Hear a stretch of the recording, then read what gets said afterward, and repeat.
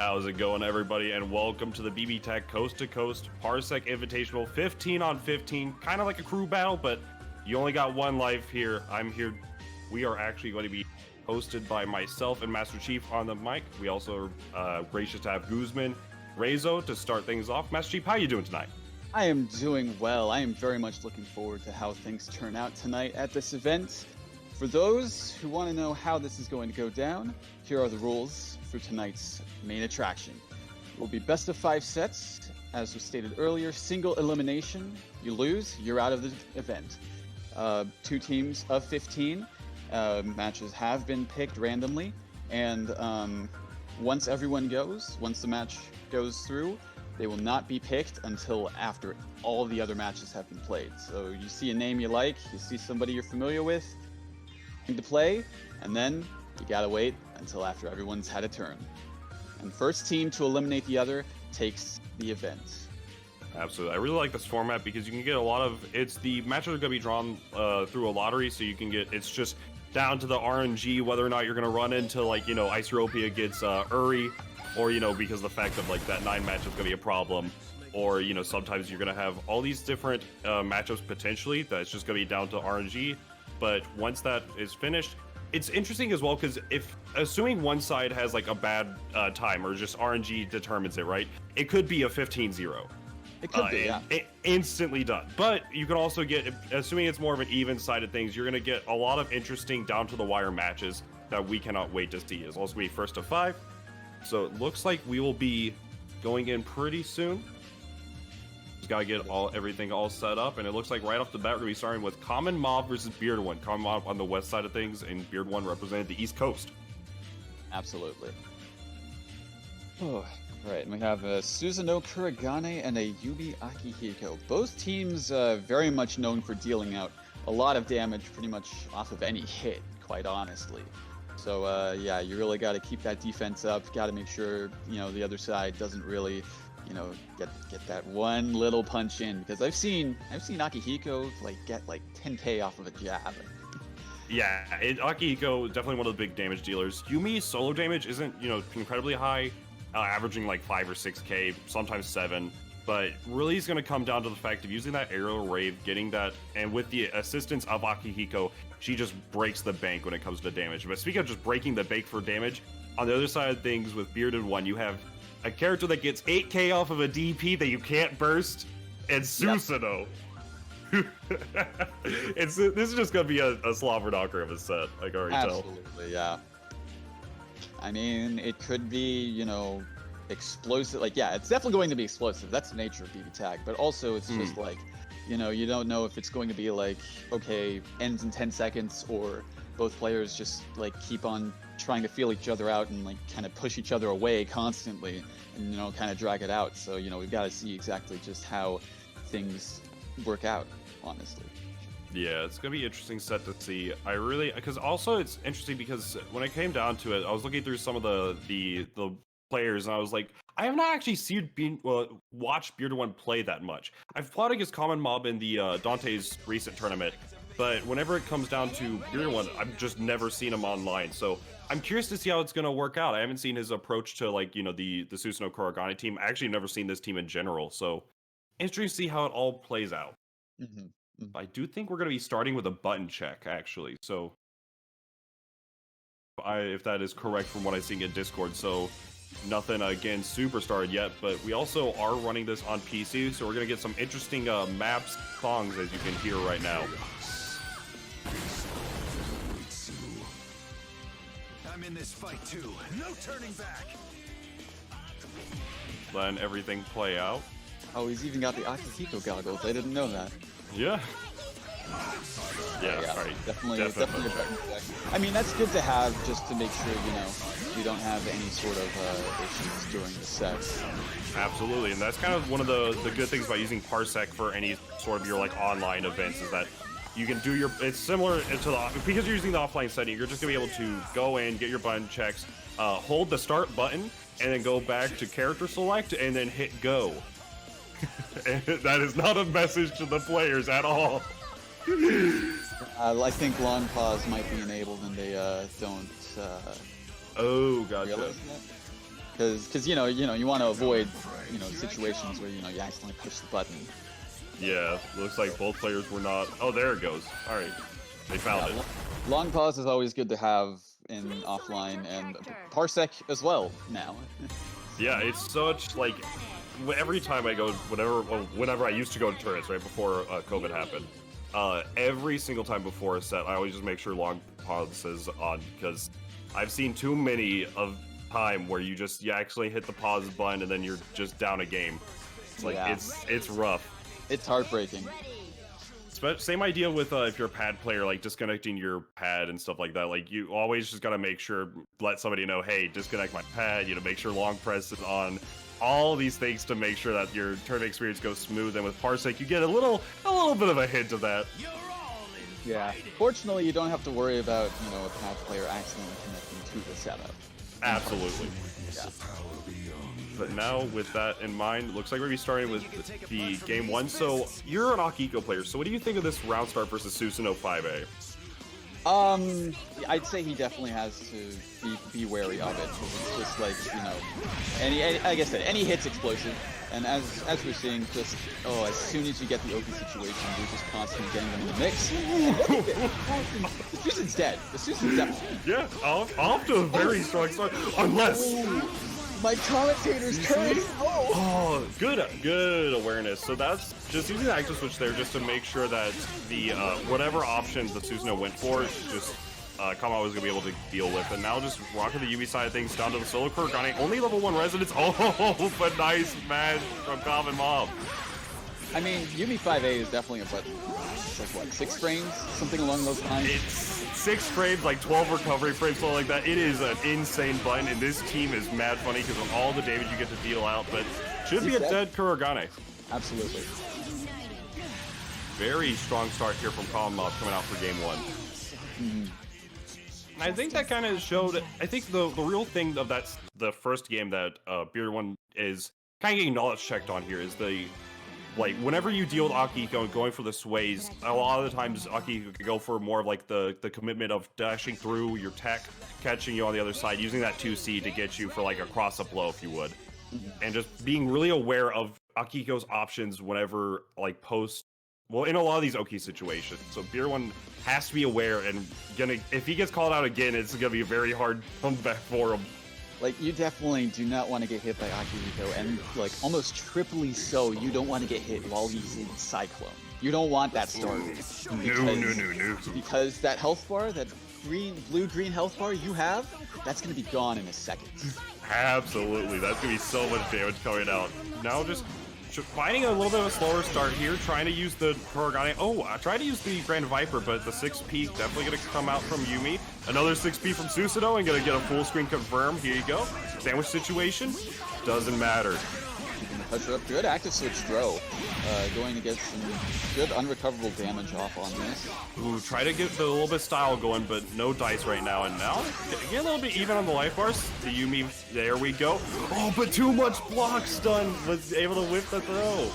Unfortunate. That could have been a really big amount of damage from that throw. And unfortunately, yeah, gonna be able to. Oh, almost keep them off. Yeah. Be a dead Akihiko. Absolutely. I really like that option there, using the air dash macro to just chase after whichever tech options the CommonMob goes for. So great stuff. Susanoo 4A, such a good button. Some standard pressure going on. Nice. We got those reactions to the throw. Sandwich situation thanks to the Kuragane 6P. Ooh, mixerization station. Nice blocks. Very good defense. Got opened up a little bit, but unfortunately didn't lead to too much damage. So still having resonance on deck. That's level 3, so able to recover some amount of life. I mean, at this point, it's almost a one-touch situation for Yuumi. So yeah, you gotta pop that resonance, buddy. Yeah, absolutely. The resonance there. Yeah, you always like to save it so that you're getting more red life out of your resonance. But like mentioned, especially with this team, any sort of opportunity could just lead to the other character. Nice cross up on the JA. Who's still a little bit of a big boy. Gonna be one of the characters that can hit by that pretty consistently. Goes for the super, catches all that meter just to get that corner and a little bit more damage on deck. Good CP. getting out of that situation and getting some space in between him and his opponent. Kuragane 4P is so good, but was not able to get the full confirm off of it, unfortunately, on the side of BBTAG, but tries to blast out with the EX Rekka, but no dice. Yep. And not quite going to kill, but going to be put into this corner at a bleeding situation. It's possible. It's very much doable for you. Oh, absolutely. This is, plus, especially with Rampage time coming out. Oh, the whiff. Nice. Just barely able to get that burst in. Door, nice. Counter hit. This is going to be killed. Yep. Top mashing and slam dunked. Absolutely. I'm not exactly sure what the frame data is on Susanoo's tackle, but I know if you space it out, it is really difficult to contest at certain ranges. Tying up the set for the 1-1. Much closer than we saw for the last one. A lot more. It seemed like the Akihiko was a lot less of a problem that time around, and really just trying for Yumi to just catch back up and get things going.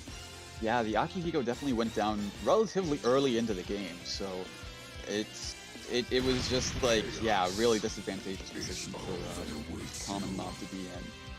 We're gonna see how it's gonna work out with this game too. What will the round starts be? Because really it's just gonna come down to what the round start's gonna be with both these two heavy momentum based teams. Ooh, okay, but not able to get the heavy birthday, instead just gonna be able to force the corner situation, and this is gonna be great for BBTAG. Oh, caught mashing, it looks like, in between the Grand Viper. Unfortunate drop on the combo. Oh, that's gonna catch. Ooh, yep. Divine Masher gonna be able to connect on both characters. So much damage from that. Counter hit again. CommonMob game caught with these buttons quite often. And it's, unless he bursts, that's gonna be it. Oh. Oh, tried to call out the burst option, but no dice. CommonMob still going down the character. Bro, we tech those. Alright. Just some standard pressure coming out. Nice pickup. Oh, unfortunate. The slash. Yeah. Tries to seal the deal here. Nice mash. Oh, EX corkscrew, but not enough meter to get the super cancel off of it. Alright, getting him with the 2As, going to get some damage off of this. Is he going to cash out is the question. Nope. No, absolutely not. Alright, and that was really a tough spot for CommonMob, but not out of the picture just yet. Still gonna be a long time before Rampage time is gonna become a factor, so really just has to play this long game and not get anti-aired like that. Yeah, and that should be dead. Absolutely, just goes for the supers, keep it simple. That's gonna be going up 2-1. Very nice stuff for that game 3. Just when I think it can't get any crazier.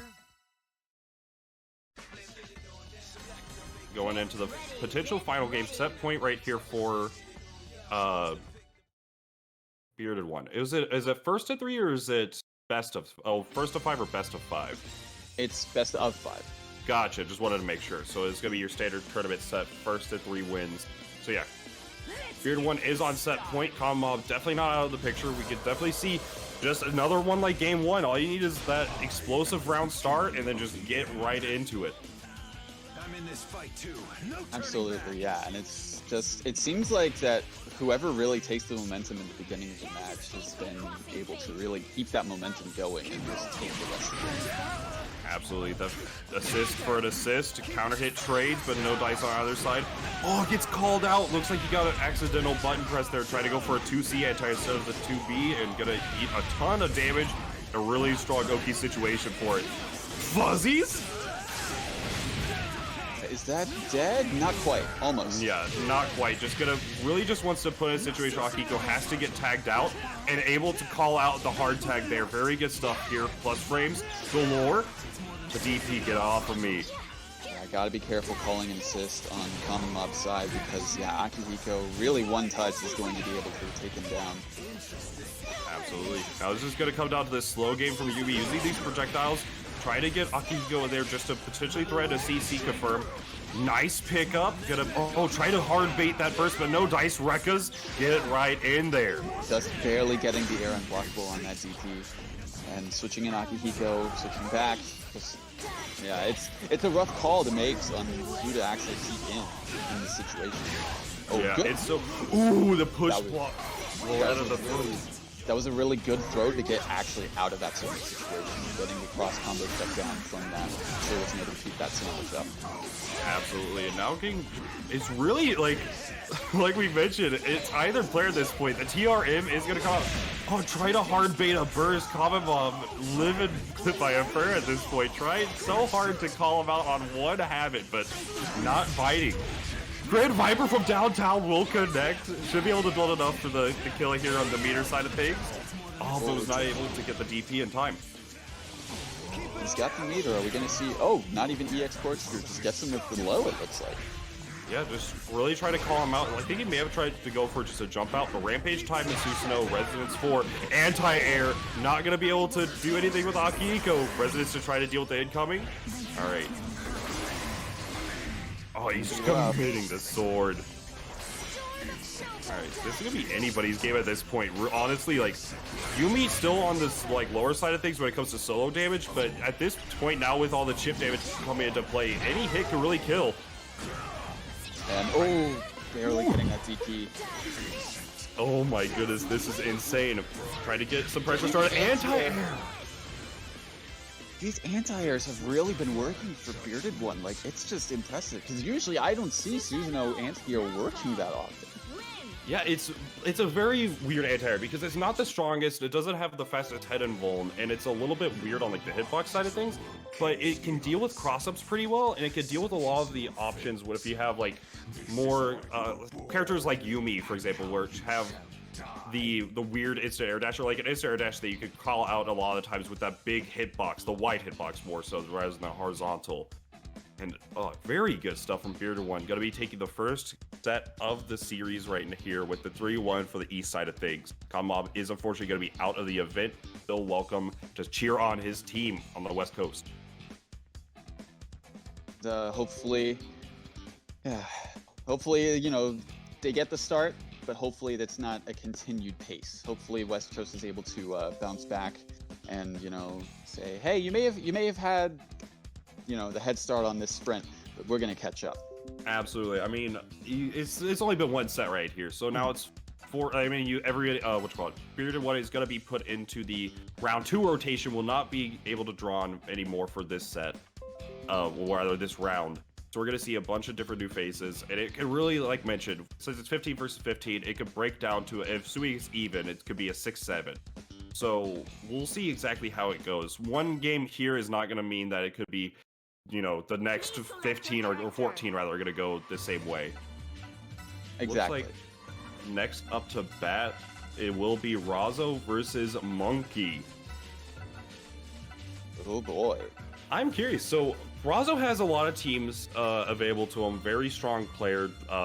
Won the first run in a Rumble for BBTAG and many other tournaments to his name. Monkey, on the other hand, very strong player from the west side of things, gonna be rocking the Adachi Yumi, but also does have a few other teams on the side, like Adachi Ruby, and I want to say it's like the My Yumi as well.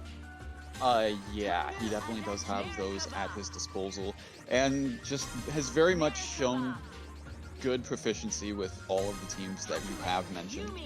Mm-hmm. So yeah, it's definitely going to come down to. Man, I don't even know what it would come down to between these two, because it's just like, yeah, they're both really solid in their own rights. Like, especially like with these characters. Like Merkava is definitely, he's not what he used to be, like, but he's still very much a threatening presence. Absolutely. A lot of people, I think, kind of sleep on Merkava these days because of the fact that, you know, at 1.5 he was a menace, right? You just have to. There's very little ways to deal with glide in terms of like a consistent answer. It's very difficult to, at times, you have, you know, glide with JB into instant overhead or low or all this nonsense. Not necessarily as strong of an option anymore, but we'll still have just a lot of strong options and a lot of good synergies. Especially this team may have got hit a little bit, but is still incredibly strong with the Hakumen Merkava. And I'm curious how Monkey's going to deal with this Hakumen, because as a Adachi Yumi player, I do not like fighting Hakumen. I mean, Hakumen's always just been a terrifying presence. Not to every character, but oh my goodness, this happened very good. Alright, unfortunately Yumi dropping out, but still, just put into this mix. And very threatening. Try to play around the option of first here. Nice, using the double push block to try to get out of the situation. BZOdyne gonna catch the recovery on that DP. yeah. Right, getting the corner position and going to be giving him this Oki as well. Yeah, really went for it. That's one of the things that that is really difficult with this matchup is that, wow, the throw tech on the push block. This is insane. It was looking very rough in the beginning for Monkey, but he's able to really bring this back. Goes for the fuzzy option and falling overhead. Nice, recognizing for Razzo. The DP! That was a ballsy DP, but man, that paid off. Ooh. It was about to be a very bad happy birthday too. Yeah, this is a very interesting match right now because it's one for one mess up situation for another. Try to call out an option with that aerial DP. 4P will connect on the Hakumen, hitting that CC a little bit early. Nice use of that JP. Oh, but it's not going to be a death, but still, every character could just die in the next instance. Vorpal Blade, wow. Unfortunate, a little bit too shy from the Merkava. Yeah, and that was the real target that he wanted to hit too. Didn't believe in the hit there. Able to get a little bit of damage on the Merkava. Just try to option from Razzo here. Oh yeah, definitely good push block. Good idea to do that. Get out of whatever potential situation that would have been in, but not able to finish off. Unfortunately, the People's Elbow not coming in fast enough, and now it's going to be down to a Yui living on a prayer, but honestly, any hit could kill. Razzo needs one hit, Monkey needs two, but that one is going to come in clutch with the full screen JA. Good stuff from Razzo in this game one, but that is a very close match to start things out on. Seriously, again, like there was many situations where it just looked like Razzo was just going to take it like immediately, but Monkey was able to just keep his head in the game, just keep his cool on defense, and make sure to capitalize on the opportunities that he had and actually bring it to as close to the game as it was, despite like the happy birthday situation he was put in. Absolutely, and going into like the matchup side of things with Hakumen does have the ability to like catch using his sword to able to nullify projectiles, and it can really mess with this team's AZO 6P situation, like BZO active switch. It can really mess with that a lot, but finding a lot of these lows here doesn't even come down to the zoning at this point. Just Monkey's getting just caught out with just the sheer presence of this team right here, but nice whiff punish with that 5B, gonna get a good chunk of change here, mainly about the Oki though. Oh, didn't believe in the punish, but now this is going to be DP punish. Oh, just going for the solo route here. I mean, that's a smart idea. I think he even got a reset in the middle of that too. Oh no. Oh, that. Oh no. Poor sandwich situation. And now, just like that, what looked to be like a really strong start is now an almost at Adachi. A good little bit of health chip on that Hakumen, and now just try to find the options here. Gonna go for the mix-up, goes for the low instead. Does not make the DP, gonna get hit for that. Is that gonna be dead? Almost. But he called out the burst, got the DP. Wow, that was an option. Yeah, and just tries to go for the DP here, and now JC does not connect. Unfortunate, able to push block, get out of the situation. 5P is going to make it a little bit annoying, but the BZO connects, and that's going to be a dead Hakumen. But Merkava's got so much life to work with here, but Yumi and Adachi don't care about that life total. Oh, yeah, they don't care at all. Yeah, this... Look at this. This is almost... What is this? 11K? This? Oh, if that 2C connected. Yeah, if that 2C connected, that was death. But the Atom Smasher comes in clutch and takes a game for Monkey and a nail biter of a game too. He was able to take down the Yumi with that fireball, but unfortunately the recovery from that fireball was enough to let Monkey get the Atom Smasher. Yeah, absolutely. It's just right here is like, it's such an interesting set to see. Like, we've seen so many options to where Monkey is definitely playing around the fact that AZO 6P is not going to be as prevalent versus either of it, or more so the Hakumen side of things. So really just trying to play more of the evasive type of game, more of facing your JBs properly on getting caught by the Sornol, but not able to get the full confirm. Sandwich situation, jumps out of it. Good jump, good idea. Getting air unblockable. Oh, here we go. Yeah, okay, just goes for the setup again, but recognizing the combo drop, goes for the throw whip. You gotta be able to cash out some CC here for a good chunk of change. Oh yeah, that's gonna be a very good amount of damage.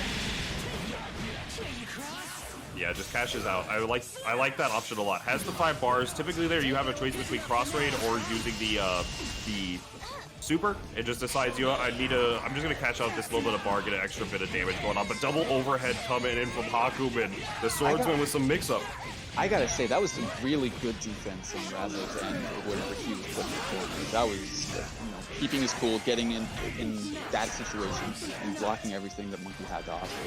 And you know, look at him now. He's got the optimal position. He's got the happy birthday now.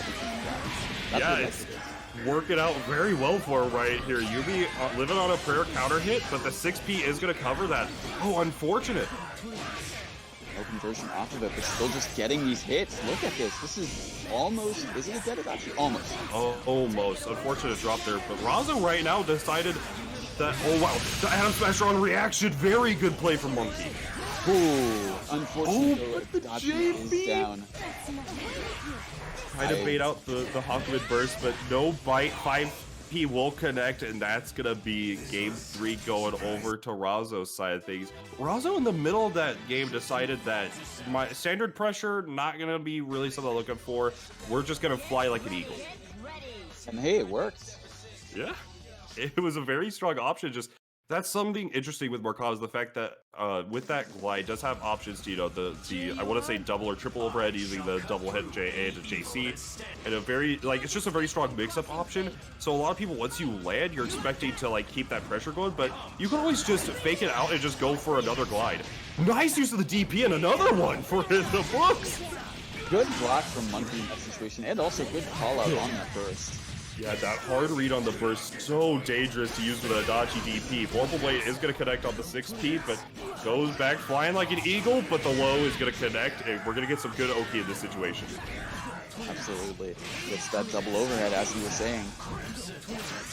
DC pressure, hands, not holding them. Oh, but unfortunate dropper, trying to go for a reset. I cannot tell which one is which, but still able to get something started here with that low. It was the drop from select, that's what it was. Absolutely. More sandwich situation, I love it. Yeah, Monkey's, I don't know, yeah. He knew that if I burst, it's going to be a really bad situation regardless. Yeah, it was coming down to picking your poison. Do you want to try it with a Resonance to Yumi or a Resonance to Adachi? Absolutely. You know, Merkava's, even though he was full screen, Merkava was able to just completely cover all of that space during the resonance pop, and he was able to just keep the pressure, and that's what won him this game. Yeah, just constant pressure, just nullifying the ability for Monkey's Adachi to try to go for more of the zoning gameplay, just with the presence of Hakumen there. Using that counter to get around her, the potential sword swing just to set up one of his glyphs. Like, such a difficult position to put him in. Monkey played that incredibly well, but just at the end of the day, both teams did insane amount of damage, and it just happened that Razzo was able to find more openings and deal so much of that happy birthday damage to really close out the second set of 15 versus 15. Yeah, it was just like all that damage, all those happy birthday exchanges just kept on adding up for Monkey, and it ended up being this result. Just, you know, it's nothing to sneeze at, especially from Hakumen. Absolutely, and now with all that said, after just a fantastic game 2, we will not be seeing more Monkey today, but like as CommonMob, we will just, you know, cheering from the sidelines, rooting on the team, potentially coaching, right? You know, whenever we're getting more and more of the matches kind of lined up, so you can say, like, talk to your teammates, realize that, hey, against this player, you need to go for this sort of match or like this sort of gameplay. So we're gonna see how that's gonna come in for this, but now we do also have coming up, it looks like Unsafeonhit versus Raiden. That's gonna be interesting. I'm curious to see. So Raiden is West Coast as well, gonna be rocking the I want to say Seth. Oh goodness, who does he run with Seth again? It's usually Seth Hyde, from what I remember. Right.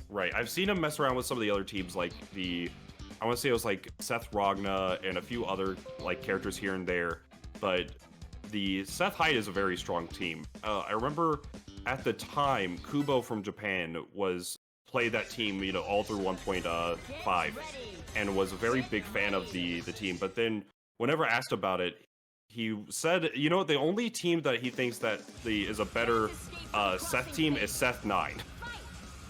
So playing the second best Seth team in a version where Seth is considered one of the best is a very good option for him. Absolutely, yeah. So let's see how this is going to work in this set. And now we do also have the fact that Safe does have a few teams to his arsenal, but we also do need a shout out. We have a event coming up for DonCon, who runs things on ICU Hater. Does have Tuesday at 8 p.m. We'll have a tournament for BBTAG as well. He runs a lot of these events, so make sure to go support the homie with all of his BBTAG ventures with the tournaments and so on. So definitely support him, and thanks for supporting the event. And that event specifically is the Big 8 series that he definitely has been putting a lot of work towards, and I believe it's the 100th one, if I am hearing correctly about what it is. So yeah, it's definitely going to be big event for the Big 8. Yeah, and, absolutely. Yeah, and much love to DonCon for supporting the scene as long as he has. That's 100 of those. It's definitely nothing to sneeze at. Absolutely not. I mean, think about running one tournament. Just for most people, is going to be kind of excruciating to think about. Like, oh, you have so much organization. You have to make sure who to reach out to, what time it is. You don't want to step on any toes, but finding those options time and time again. Thanks to DonCon for supporting. And it looks like now we're going to be getting into it. So, Unsafe has is one of the characters, well, one of the players rather, has a ton of character. And deciding to go for a Seth mirror here with Seth Celica. Now, Celica does have a very good round start option. It's I think it's 7 frames roughly. It's it's like a 7 or 8 5A. It's super strong, and it's one of the good normals that you could do 6A with. It'll carry that forward momentum. So a round start can be very dangerous, but Seth, I don't know if he's really going to be trying to contest the round start in that way. So we're going to see how it's going to work out between these two. Celica, not really represented character currently in the scene. Absolutely, and the reason why that 5A is so dangerous round start is because she's in enhanced mode already, and that can lead to 10k damage. I've seen it happen multiple times before. It can lead to 10k damage on round start.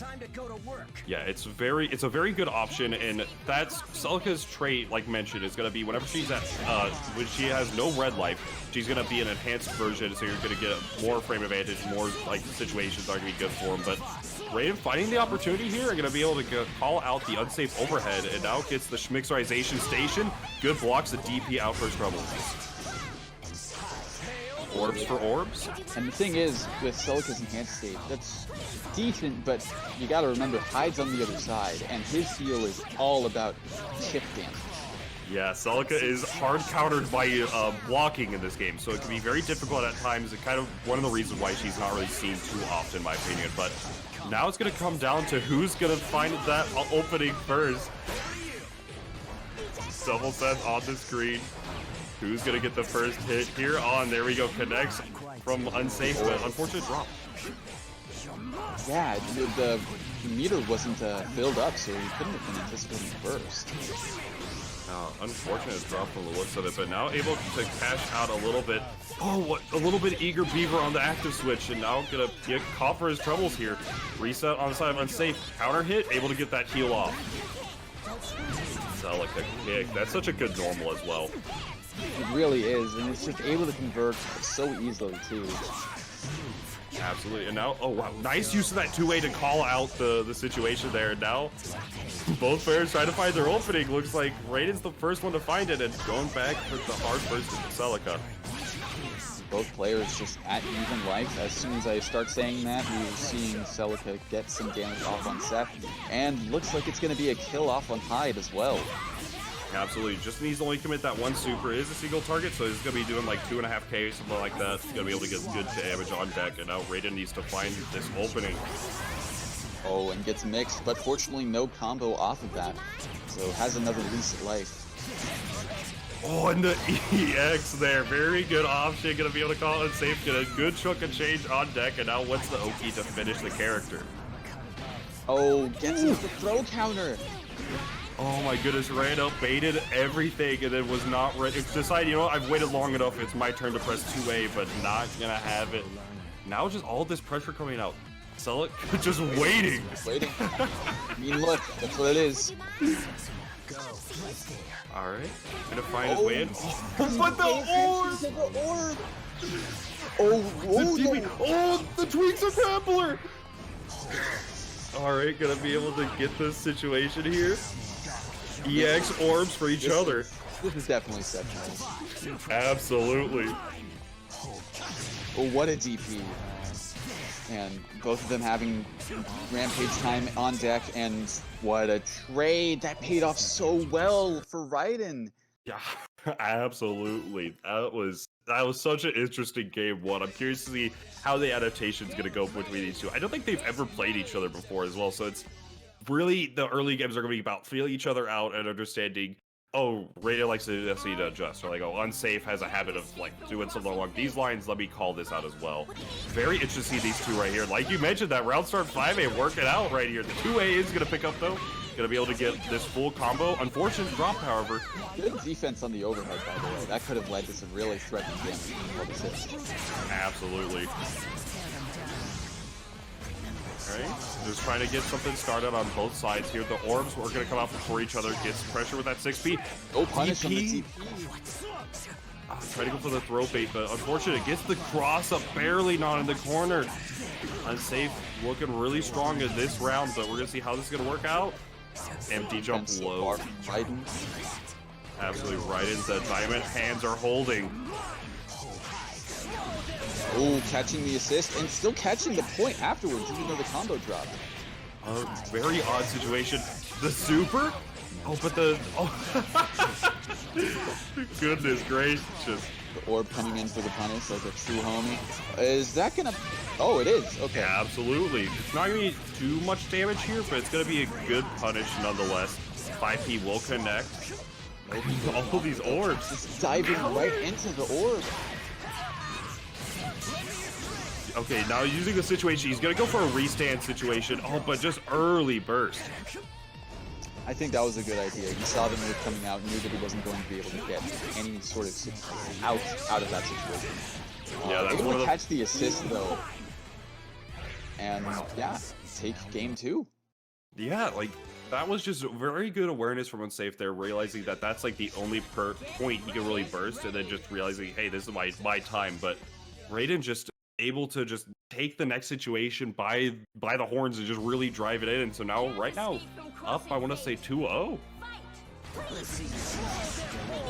You would be correct in that, and yeah, currently just taking the momentum of this game so far. Oh, and the DP blocked. This is so much damage. Not going to choose to capitalize fully on that, but blocks the DP again. Catching him nervous. Yeah, decided that instead of cashing out the CC, realizing that probably wouldn't kill and just goes for just setting up the next kill sort of situation. The orb is going to connect, realizing that it's going to hit. It goes for something different. Very good awareness. Now Unsafe needs to make the solo Seth comeback, but no more resonance on deck. Yeah, that is definitely a hard nut to climb, especially with how much resources Raiden has. And that was a restand. Oh, the schmixerization from Raiden. Able to take it. A clean 3-0 over Unsafeonhit. Very good showing from both players. That was a very fun set. Absolutely. Yeah, that was definitely what I expected out of Seth and Urs for the most part, especially... God, was that game 1 or 2 where it was just the two of them by themselves? There was so much going on with that. It's so hard to tell between the two, but that's also going to be the West Coast on the board right now, drawing their first blood. Absolutely, yeah. Just, you know, halting the momentum that East Coast had for now, and, you know, taking one on the board. Yeah, and especially with a player like Unsafe, that's a good one to get out early in this round 1. You don't want to be, like, the big thing is you don't want to have a lot of these killers in for their, like, round 2s, round 3 potentially, right? Like, you want to make sure that there's, like, you want to get all the top threats out so that way your lottery is going to be a better chance for your players to really get through, and that's a good one to hit right off the bat. It looks like next we will be having Mido versus Ryogus. Yes, looks like that will be next. So we talked a little bit about this before the thing started. We were looking at some of the players, seeing who everybody plays. Mido is going to be a Weiss Hyde player, very strong team, and if I do believe, a Weiss specialist. I believe you would be correct in that. And on the West Coast side, we have Ryogus, who is a Adachi Narukami player. Very strong in his own right. I mean, that team is impressive. Let's be honest. It's a good one. Yep. So we're gonna see how it's gonna go between these two. So when it comes down to it, Adachi Narukami is arguably one of the best teams in the game, and it's gonna come down to Weiss Hyde, which Hyde is is pretty good. Oh, going for the Kurogane right here. So let's see it. So Kurogane, is very strong character in his own right, has good synergy with Weiss. We're gonna see how it's gonna play out between these two, but Adachi Narukami, if I haven't seen Ryogus play, so I don't know exactly what all he's gonna be trying to pull off with it, but if things go his way, this could be a very one-player sort of game. Absolutely. You can't push block persona attacks in this game. So, well, you could for a time, but now they've readjusted that. So, with that in mind, yeah, you're going to be seeing if Ryogus is able to get his game plan going, as you said, it's going to be a one-player game. He's going to just constantly stay in, especially if he has meter. He's just going to be, comboing, block string, EXEO, block string, EXEO, and then assist is going to come back, and then all sorts of other things. Exactly. That's one of the beauties of the team is the fact both characters have good EXs, and their Vorpal Blade and the EXEO, as well as they don't generally need to be using a lot of meter outside of that, and potentially their cross slashes for additional damage Oki. But all of their routes, all of their Oki is gonna routes will lead to a form of Oki. So they don't need to spend any meter in that regard, so they can use that more for strong neutral options. And like mentioned, you can't push block, or you can't push block the personas, it'll only send the characters back, and both characters have very strong persona pressure. So let's see how it's gonna go between these two right here. Because Mido is deciding to button check and block for a second. Yeah, it looked like Ryogus was just ready to go, but getting that button check, I don't think I've seen a C button yet from Mido. Gotta make sure that's bound. I'd rather not. Alright, I've seen A's, haven't seen C's. Yeah, where's the C? There's the assist button, the CC macro. Button setting? Okay, we're gonna go to check the button settings as well. Good option. I'm seeing the buttons being changed right now, yeah. Yeah, good option here. So whenever it comes to button checks, you need to assign your buttons first, so that way you can check if that is correct. So now let's see if that is going to be the case here. Go the DP for a DP. Yeah, that's a good one you need for BBTAG. Alright, there's C the C buttons. button. There, you spent the meter? No, not this. Nah, saving that for the match. Absolutely. Alright, well, just hold on that start button for the long press. Alright, there we go. Perfect. Alright, so button check is out of the way. One of the benefits of having Parsec, I just need them to reset that score just so it'll be easier to keep up with between matches. And it'll be good to go if Ryogus could hear. Also, make sure... Oh, well, never mind. It'll work out. It'll be fine. Yeah, absolutely. So with that, now, like we talked a little bit about, but it's also the fact with this team that we didn't really talk too much about Mido, is that Weiss is not necessarily the best versus these characters, but at the same time does have a good round start option against Adachi. Adachi has kind of this, I want to say, like a counter round start where, he has an 8-frame 6A that you could just go for it, and it contests the likes of like Mitsuru, contests the likes of like Orie and whatnot, but does not actually contest Weiss. So if she goes for that, like if you're going for like the 5A round starts, Weiss is gonna win, but instead opts to go for the Kurogane assist and just blocking it out. Gets hit by the other side of that assist, choosing to burst immediately and sort of get himself out of whatever situation that he was in. Absolutely, gonna be able to get started here. QC, try to go for a hard burst bait. We've seen that a lot from the West Coast, I want to say, is just a lot of hard burst baits. And hasn't really had a good success rate. It's worked out sometimes, but not all the time. Absolutely. And now, a little bit too early on the Phantom Pain here. Able to connect, but yeah, just early burst, realizing that's where you can go for it. What's the routing after throw look like for you? Just gonna go for the standard easy stuff. Good option. And getting that assist gauge back as well with that grab. BZO9 empty jump low from the top rope, and now it's gonna be a safe jump. What's the schmixerization look like? Cross up and a DP. Oh my goodness. 5P is gonna connect. I like that routing a lot coming out from Ryogus. Yeah, that was really good. And choosing to just bring him back in with that DP. Oh wow. Yo, that JP was really good call from Ryogus. Threatens the just meaty while at the same time being a full-on Persona normal. And with that, just a very clean round from Ryogus in this game 1. Absolutely, yeah. Just able to keep that pressure going pretty much as soon as he was able to get his momentum back. And yeah, he didn't even let up. Like, I honestly didn't really see Midori get to play the game after they were put into that block string. Yeah, like, a lot of the options we see, it's like this team has very good active switch options, and Ryogus is definitely showing it, as well as like, off the Oki situation, you just call an assist, you make some space to make sure that the persona is going to be safe on Adachi side. BZO active switch, good luck. Can't escape from crossing fate. Oh, Narukami's so funny too, because you have the option, the JA is going to be double hitter, so you could go for the triple overhead, but nice burst. And now both players down their cross gauge. Choosing to just get out of that sandwich situation. Going for the throw, and unfortunately not really getting anything off of it, and actually getting punished after the tech. Yeah, was realizing that a twice 5A is very strong option. Nice cross up, and another one, but not. And Zio died to call out the Weiss button. Vocal Blade, nice cross up, but just instead goes for the throw. Good burst. Catches with the EX/kite as well. Go. Gonna get that Oki going. Hard tag. I mean, it paid off. Absolutely. I want to say that was like a potential burst, but just was not ready for Mido to not go for the combo there, and instead gets hard tag for troubles.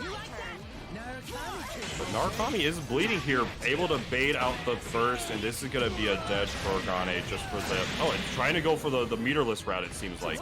Oh, he tried to super, but he was able to get the overhead afterwards. And able to get the throw on incoming as well. Is that... No, that's... Oh, yeah, absolutely. Double cross slash. Single target supers. Very good option to have in your team. Good stuff. Yeah, like, I mean, just off of that, a very basic combo from a throw starter doing almost 10k. The double single target super, like single target super to single target DHC is just so much damage in this version. Now, with a very fast 2-0 right here, it could be a 3-0, a 3-0 for a 3-0. Let's see it. Oh. And it's like, we've seen Midori get some good, like, good starts, and also just like some good momentum, but unfortunately isn't really able to keep that. And then once they lose it, they have a really hard time actually getting it back. Absolutely, yeah. Heat Riser, very good active switch option, tons of blocks done there, and now baits it out with the EXDO. And now... Oh, that's low, baiting out another burst. Yeah, trying to go for a lot of these burst baits, really thinking that Mido's going to be going for these bites, but not having it right now. The Vocal Blade is going to actually get caught out by the 5P. Some pressure going, tries to go for some sort of mix-up. He did not mean to do that. I know for a fact he did not mean to do that. No, that was a rough misinput on what I don't even know what that could have been, but... I think that could have been an active switch. Yeah, trying to go for like a special attack active switch could very well be the case. Yeah, there we go. That's such a strong option. EXDO. That's him a happy birthday, but unfortunately, Narukami dropping out of it. That's... unfortunate drop for a drop. Oh my goodness, spaghetti is everywhere, but it's a feast. And, able to, clean up his plate as well. Absolutely. Oh, wow. Good poke to get out of that. Just catching the assist and then immediately getting the Adachi as well. Yeah, one of the benefits of having Weiss is that 5AA is going to be like very forward moving and just able to call out, and off of that situation, able to maximize all of the benefits from it. Cross slash, did you bite? No, sir. I respect the option. I respect the attempt. Just try to make him, act a little bit scared, but at the same time, he's in resonance. You don't want to deal with that. Yeah, you're going for the gambit, and if it works out, you know, you're a genius, and if it fails, you lose 9K. Like, it's a very tough call to make. Trying to bait these throws, and just getting him with that overhead, that's gonna kill. Yeah, oh wow, doesn't even need to get the confirm afterwards, just the super itself, enough damage, and just like that, Ryogus takes the 3-0. Wow. Like, I knew he was going to be able to convert afterwards, but I didn't think it was actually going to kill, like, just off of the super itself. Neither did I. That was, I mean, that super to, like, I want to say, like, 2.5 to 3K off of just, like, very minimal. I mean, granted, I don't know what the proration's like between, you know, JC, EX Light, but, I mean, that did some work. Narukami damage at its finest. Absolutely. Hey, he's got that protagonist privilege. Absolutely. Just like that, gonna be taking another one for the west side of things. And evening it up, too. I mean, that's what we like to see. So it looks like now we'll be having Nonchalant versus Isorropia. You know, Isorropia representing the west side of things is, you know, accurate because, you know, he's living California side of things, but I feel like he should be representing the Australian side of things, as he always will note out. Is it Nonchalant or is it NYDanteT and Mallaclaqclaq? Is it? Oh, I think that's gonna be the neck. Yeah. Oh, is it? I'm curious now. I'm curious because I think this is NYDanteT versus Mallaclaqclaq right now. Yeah. Okay, gotcha. Yeah. So that's gonna be coming up next. Then it looks like. Right. My bad. Okay, so yeah, that's Isorropia versus Nonchalant. It's gonna be coming up next right now. Dante Thomas from New York coming up against Mallaclaqclaq. So, Mallaclaqclaq, we saw him at the Anime Evo West Coast tournament and did a very good job. I think ending in like 4th or 5th, I want to say. Somewhere around there, yeah. He's been putting in some really good work. The team he plays primarily is Yosuke Adachi. He's very active with the team, very good about it, and one of the players that I think is just one of the most aggressive when it comes down to just the execution on like the Adachi side of things. Like typically you see more slower play or like even like mild play, right? It's not like necessarily slow or fast, you're just playing around with your JB more, but like Mallaclaqclaq just kind of goes in and does not stop in a lot of the situations. Whereas Dante Thomas here is going to be a player from the New York side of things, also a very aggressive player, but looks like going to be running Ruby Yumi? I haven't seen him run this team at all. Or maybe he's just trying to mix me up. I think you probably got baited there. Yeah, it looks like he's trying to mix me up. But I'm not sure. He has a lot of options to go with here, but... Oh! No? Oh. Unless? Don... Such a troll. Alright, so it looks like we're going to be sticking to one of his tried and true teams unless... What's going on here? Hold on. He's picking characters. Okay, alright. So you were baited, and then unbaited, baited again. Yeah, and then now we're back to the original call. It was a shimmy of a shimmy of a shimmy that ended in a throw. All I can say is, I got baited. Yeah, likewise. And I mean, Ruby Yumi is a team that we've seen a good bit this version, one of Ruby's best partners. And also a very good option for Yumi as well. And just both characters don't do a ton of damage solo, but whenever they're together, like mentioned earlier with Yumi, you know, the aerial rave active switch options do lead to good chunks of damage. And this matchup can be really annoying for Mallaclaqclaq actually. But not blocking right now, just getting hit by a lot of the situation off of Oki. Nice interrupt on the Yosuke 6P, but was not able to connect on the overhead confirm here. Yeah, Adachi already down to about half life, and still both of Dante's characters looking good. Good DP, saving Adachi from potentially more damage. I don't think he wanted that. That did not look like it was intended.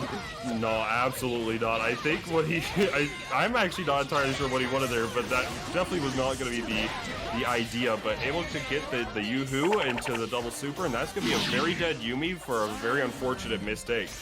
Absolutely, yeah. And then what looked like it was in Dante's favor is now very much in Mallaclaqclaq. Oh, the Ruby Ruby buttons. That's so funny. Oh no, Bates too Oh, Okay, you gets tried? the punish. Gets the punish on the second one. All right. Going to. I'd say he should. Oh, never mind. Oh, what is going on? The schmixerization, but even with all of the schmixerization happening, Dante still has a good life total and able to kill the Yosuke. So now off of a few whiff DPs, it's down to the Dodgy versus Ruby. We're gonna see how this matchup goes between these two. And it looks like, oh, unfortunate drop. Oh, he believes in the 2B. I gotta say, that's brave. Yeah, as a Dodgy player, that is a very brave anti-air to believe in, but Dante able to come back from that round. That was ridiculous, to say the least. Get ready. Yeah, there was so much happening whenever the Yosuke got the hit on Ruby while she was in resonance that I just couldn't even commentate. There was just so much. Yeah, Oh. I mean, I don't normally look at the chat, but Duck makes a good point. Did Dante win while blindfolded? A lot of his decisions just seem like the natural instinct of a Ruby player. Me jump forward, me press air button, and it just really worked out for him. But we're gonna see how the adaptation of Mallaclaqclaq is. We did get to see a lot of like the synergy in this team, but running it back to character select. Please I select think a character. I think they're going to stick with the teams, but I think they wanted to change the stage. Do believe so. That could be the case. It could be causing some lag, potentially. We'll see how it works out. And it also could be like a visual thing as well, considering, you know, colors and such. You know, people could be colorblind. You never know. Yeah, absolutely. Plus, especially coming from like CF, that stage is a little weird in this sense because it has the running water in the background, so it can kind of mess with your perception at times. Ready. So we'll see how it goes between these two in this game too. Sticking with the teams. Which modded things. You put blue in of all the stages.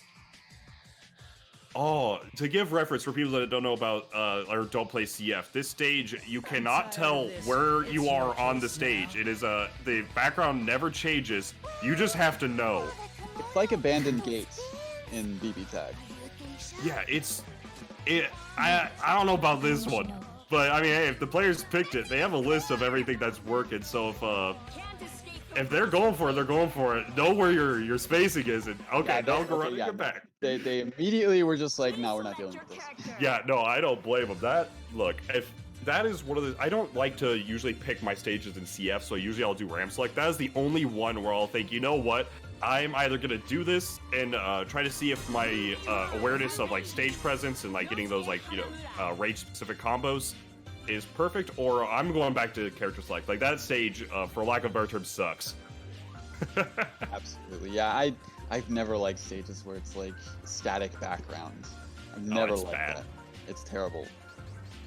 Let's see. I think they're referring to the wall scroll, seeing which one's which. I Seeing hope what's so. the good stage. I hope so. Get ready. All right. So after a few mix-ups, mixes up on the character select, mixes up in the first game one, and then mixing up 3 stages. But now we're back to Coliseum Silent. I'm surprised that all the different games net play stages just getting in. I mean, hey, it's Parsec. It's Parsec, it works out, but now let's see. I also do really like the stage in general, but anyways, going into this game, now we're gonna see the mix-up. Good blocks! But unfortunately, getting hit by the aerial as he tried to do 5B, and going to get some decent damage off of that too. Getting out of that sandwich situation. Good defense burst, not hitting. The Yuumi first whiffs, believes in the DP, because Mallaclaqclaq's gonna try and take advantage, and gonna eat 7k, make that 7.5. Caught in the sandwich situation, you don't want to be here with Yosuke. Good mix up, the no mix up. EX gonna cash out, but good burst. Good burst, catching with the aerial once again. Getting out of that defensive situation, but the Ruby button is just catching. Falling out though! Oh, the nerfs to the super! That was big. That honestly, I don't know if that would have been dead, but it would have been very close. Yeah, it may have not been dead, but Yoo-Hoo gonna do a good chunk of change, and now we're gonna see what the pressure is gonna look like afterwards. Yeah, just get the Adachi Very good back idea. in. But unfortunately, just taking that projectile and getting put back into this mix. Yeah, and just goes for the really just clean burst safe route, getting a lot of guaranteed damage. The Schmixerization, inbound, baited the burst, but no dice. Baits the DP, but we rolling. Alright. Level 3 Resonance Ryosuke, I feel like he's be able to do it. Unless he gets hit by the The 5B that anti-airs, what a button. Alright, CC's gonna try to just nullify whatever space that he can against Mallaclaqclaq. Oh. That was almost terrible. That was almost like a game winner, honestly. Yeah, that could have been, if Asuiga was just a little more fortunate, could have been Gurdine, but instead gonna find the Yumi here. And now it's down to the one mix-up. Does he gets hit by the mid? The Yoo-Hoo gonna take it, going up 1-1. The mid, bro. Why aren't you blocking? It's honest mids coming out from the Yosuke player. Now, let's see, so it's tying up the set right now, 1-1 between these two. I'm curious on what makes Dante want to play this team over, say, his usual Adachi Narukami. I know Adachi mirrors from experience aren't necessarily the most fun, or like the best per se, because there's so much nonsense you have to play around. Dropping his Ruby combo is very unfortunate, but 5C, we block those. Catches him with the B-slash out of the teleport as well. Yeah, both players really just getting, like, scratches, essentially. Like, it's not really amounting to too much damage currently. Yeah, 2k here, 2k there. But the confirm for the Vocal Blade, the burst, that's insane! And Yosuke being put in this precarious position. I saw that throw whiff. I saw a throw. Yeah, the hard tag managed to call out the throw. Was probably looking to be put in the block stun to just burst the block stun. Oh, but the Vocal Blade gets called out. Oh, but the happy birthday from Mallaclaqclaq, not able to confirm with an assist to extend this damage, but the cross slash just gonna be a good chunk of change on both characters. The Zeodine connects onto the Yumi. Oh, yep. I don't know. I don't think that's what he wanted. I think he got crossed up with that input. Yeah, I want to say so as well, but the Yoo-Hoo is going to interrupt the spin, and that's going to be good damage. Not enough to kill, though, but another spin going to call out the Volt Blade. A little bit of chip damage on Adachi, but it don't matter. That Yumi is dead, and Mallaclaqclaq's going up 2-1. Absolutely. Like, initially I would have said he should have waited for that spin to run out so he could punish that fully and potentially get a kill. But he just did it again. So, I mean, hey. Yeah, just went with it. I'm surprised Dante's also sticky with the team. Like, it's definitely a good team. It's definitely been working for him to some regard, but it definitely is like, he seems a little bit uncomfortable with a lot of his decisions that he's kind of going for. But the B Zeodine is a little bit too high, going to be able to catch up to Yosuke. Unfortunate drop. Or what a DP in between, but getting caught afterwards by the assist. Didn't run enough, and now, oh, wow, just barely able to connect with that burst. And able to confirm for the situation. Great awareness from Dante. Gets that pressure really going. Good defense getting out of that situation, but unfortunately Azio's right in front of their face and gets punished for it. Yeah, that's going to be minus a lot. It's just straight up punishable in that type of situation. So you got to be careful on using Zeodine when you're near the corner. Double overhead works out for the burst. And now it's down to the Yosuke. The real problem, you spin the bar. 6K, baby! Oh yeah, good DP getting out of that situation, but it's doable for Yumi, very much so. Both characters are in a one-hit situation, but you gotta not get hit. Yeah, this is going to run down a lot of that resonance timer that Dante's really trying to take advantage of. Really trying to look for those EX projectiles so he can get some chip in, but not able to really get anything done in that resonance. Very unfortunate, but all he needs is one hit on either side. The DP! Oh my goodness, try to call out the moonsault mix-up potentially, but didn't see the mix-up, but only called out the theory of it. This isn't going to kill, is it? No, it's not gonna kill. It's Yosuke super. Minimum damage is terrible. Absolutely. Now with the kunai connecting. Kunai caught, but didn't kill.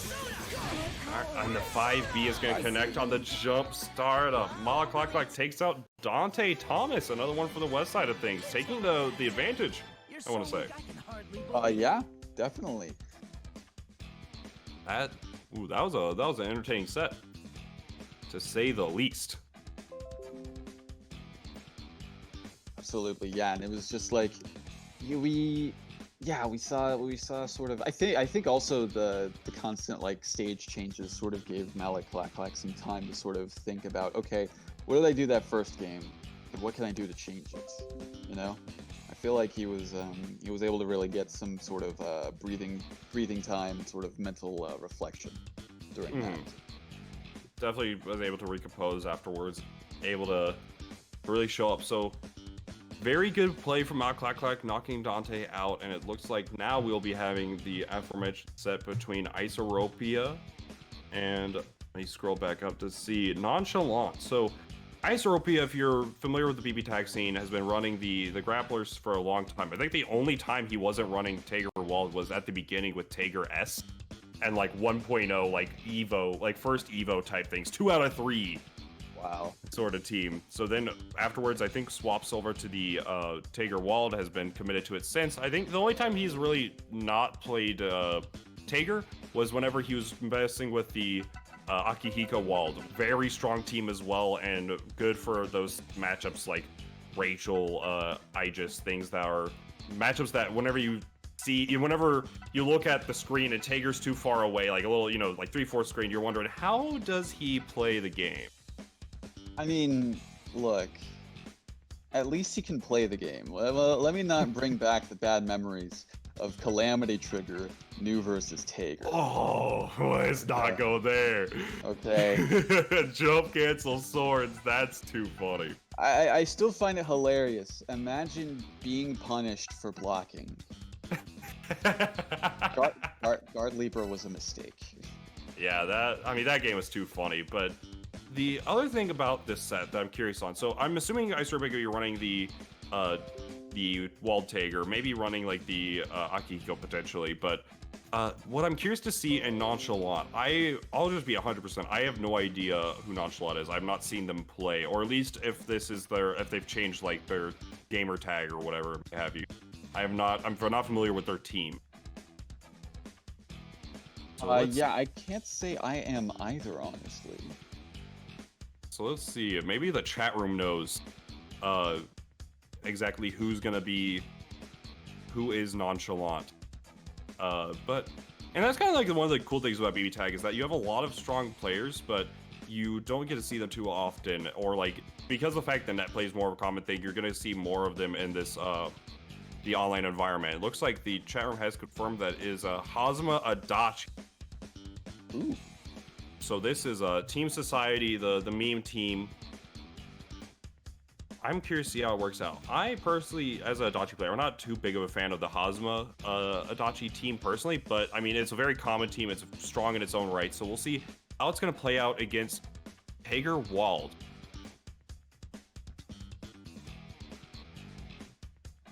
Definitely looking forward to seeing how this plays.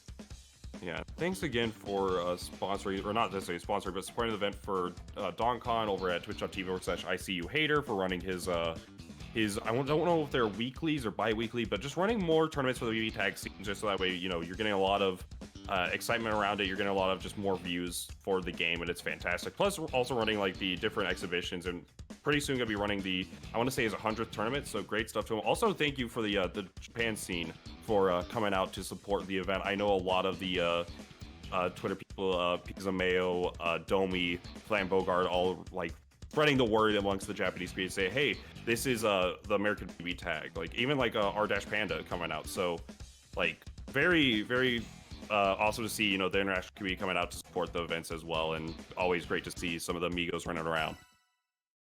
Absolutely. Get ready. Right. Looks like we're going to be getting into it.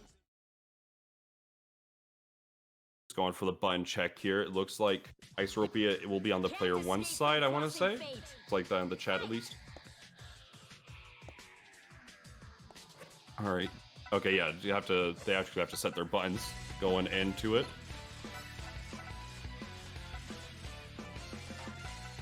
So whenever it comes down to it, I'm curious on how this is going to work out. So Tager Wall, very strong team. Once you get that knockdown, you're going to be going for a lot of these mix-up opportunities, a lot of scoops.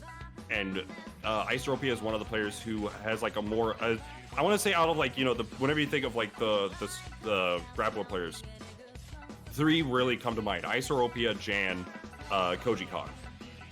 And Isorropia out of those 3, I want to say is like the most scientific per se, for lack of a better word. Like he breaks down so many situations. He like researches how to make the dirtiest mix-up possible, how to get like all this different pressure started.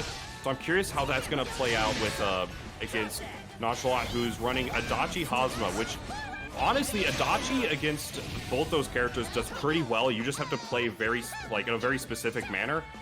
And with the Hosma, I want to say Hosma does very well as well, just using that chain to really get in and kind of fake out potential anti-airs and things like that. Against Walled, Hosma does have to be careful, but Tager, not as much. Absolutely, yeah. And as you said before, yeah, there's a lot of matchups in this game where it's funny how polarizing it is between, like, you know, if you're going up against them as Walled and compared to whenever you're going up against them as Tager. It's both hilarious and also sad. Yeah, exactly. It's just how it is. I mean, because especially the big thing is with Hosma, a lot of you have to be really prepared for it whenever dealing with Hosma, is the fact that his 5 BP, it's going to be going into the chain into the aerial button, right? That can be called out at most spacing by mashing an anti-air.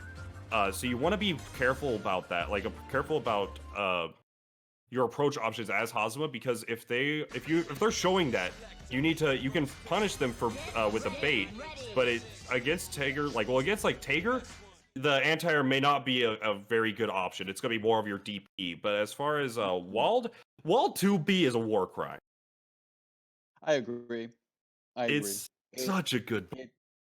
It just reaches the ceiling pretty much. And it comes out so fast with such good headed vuln. Look, Walled has fallen off in popularity, but the JA and the 2B are still war crimes. But getting right into it, rocking the funny colors as well for Nonchalant, going into this game 1, Isorropia taking the lead right here in the corner. What's the mix-up?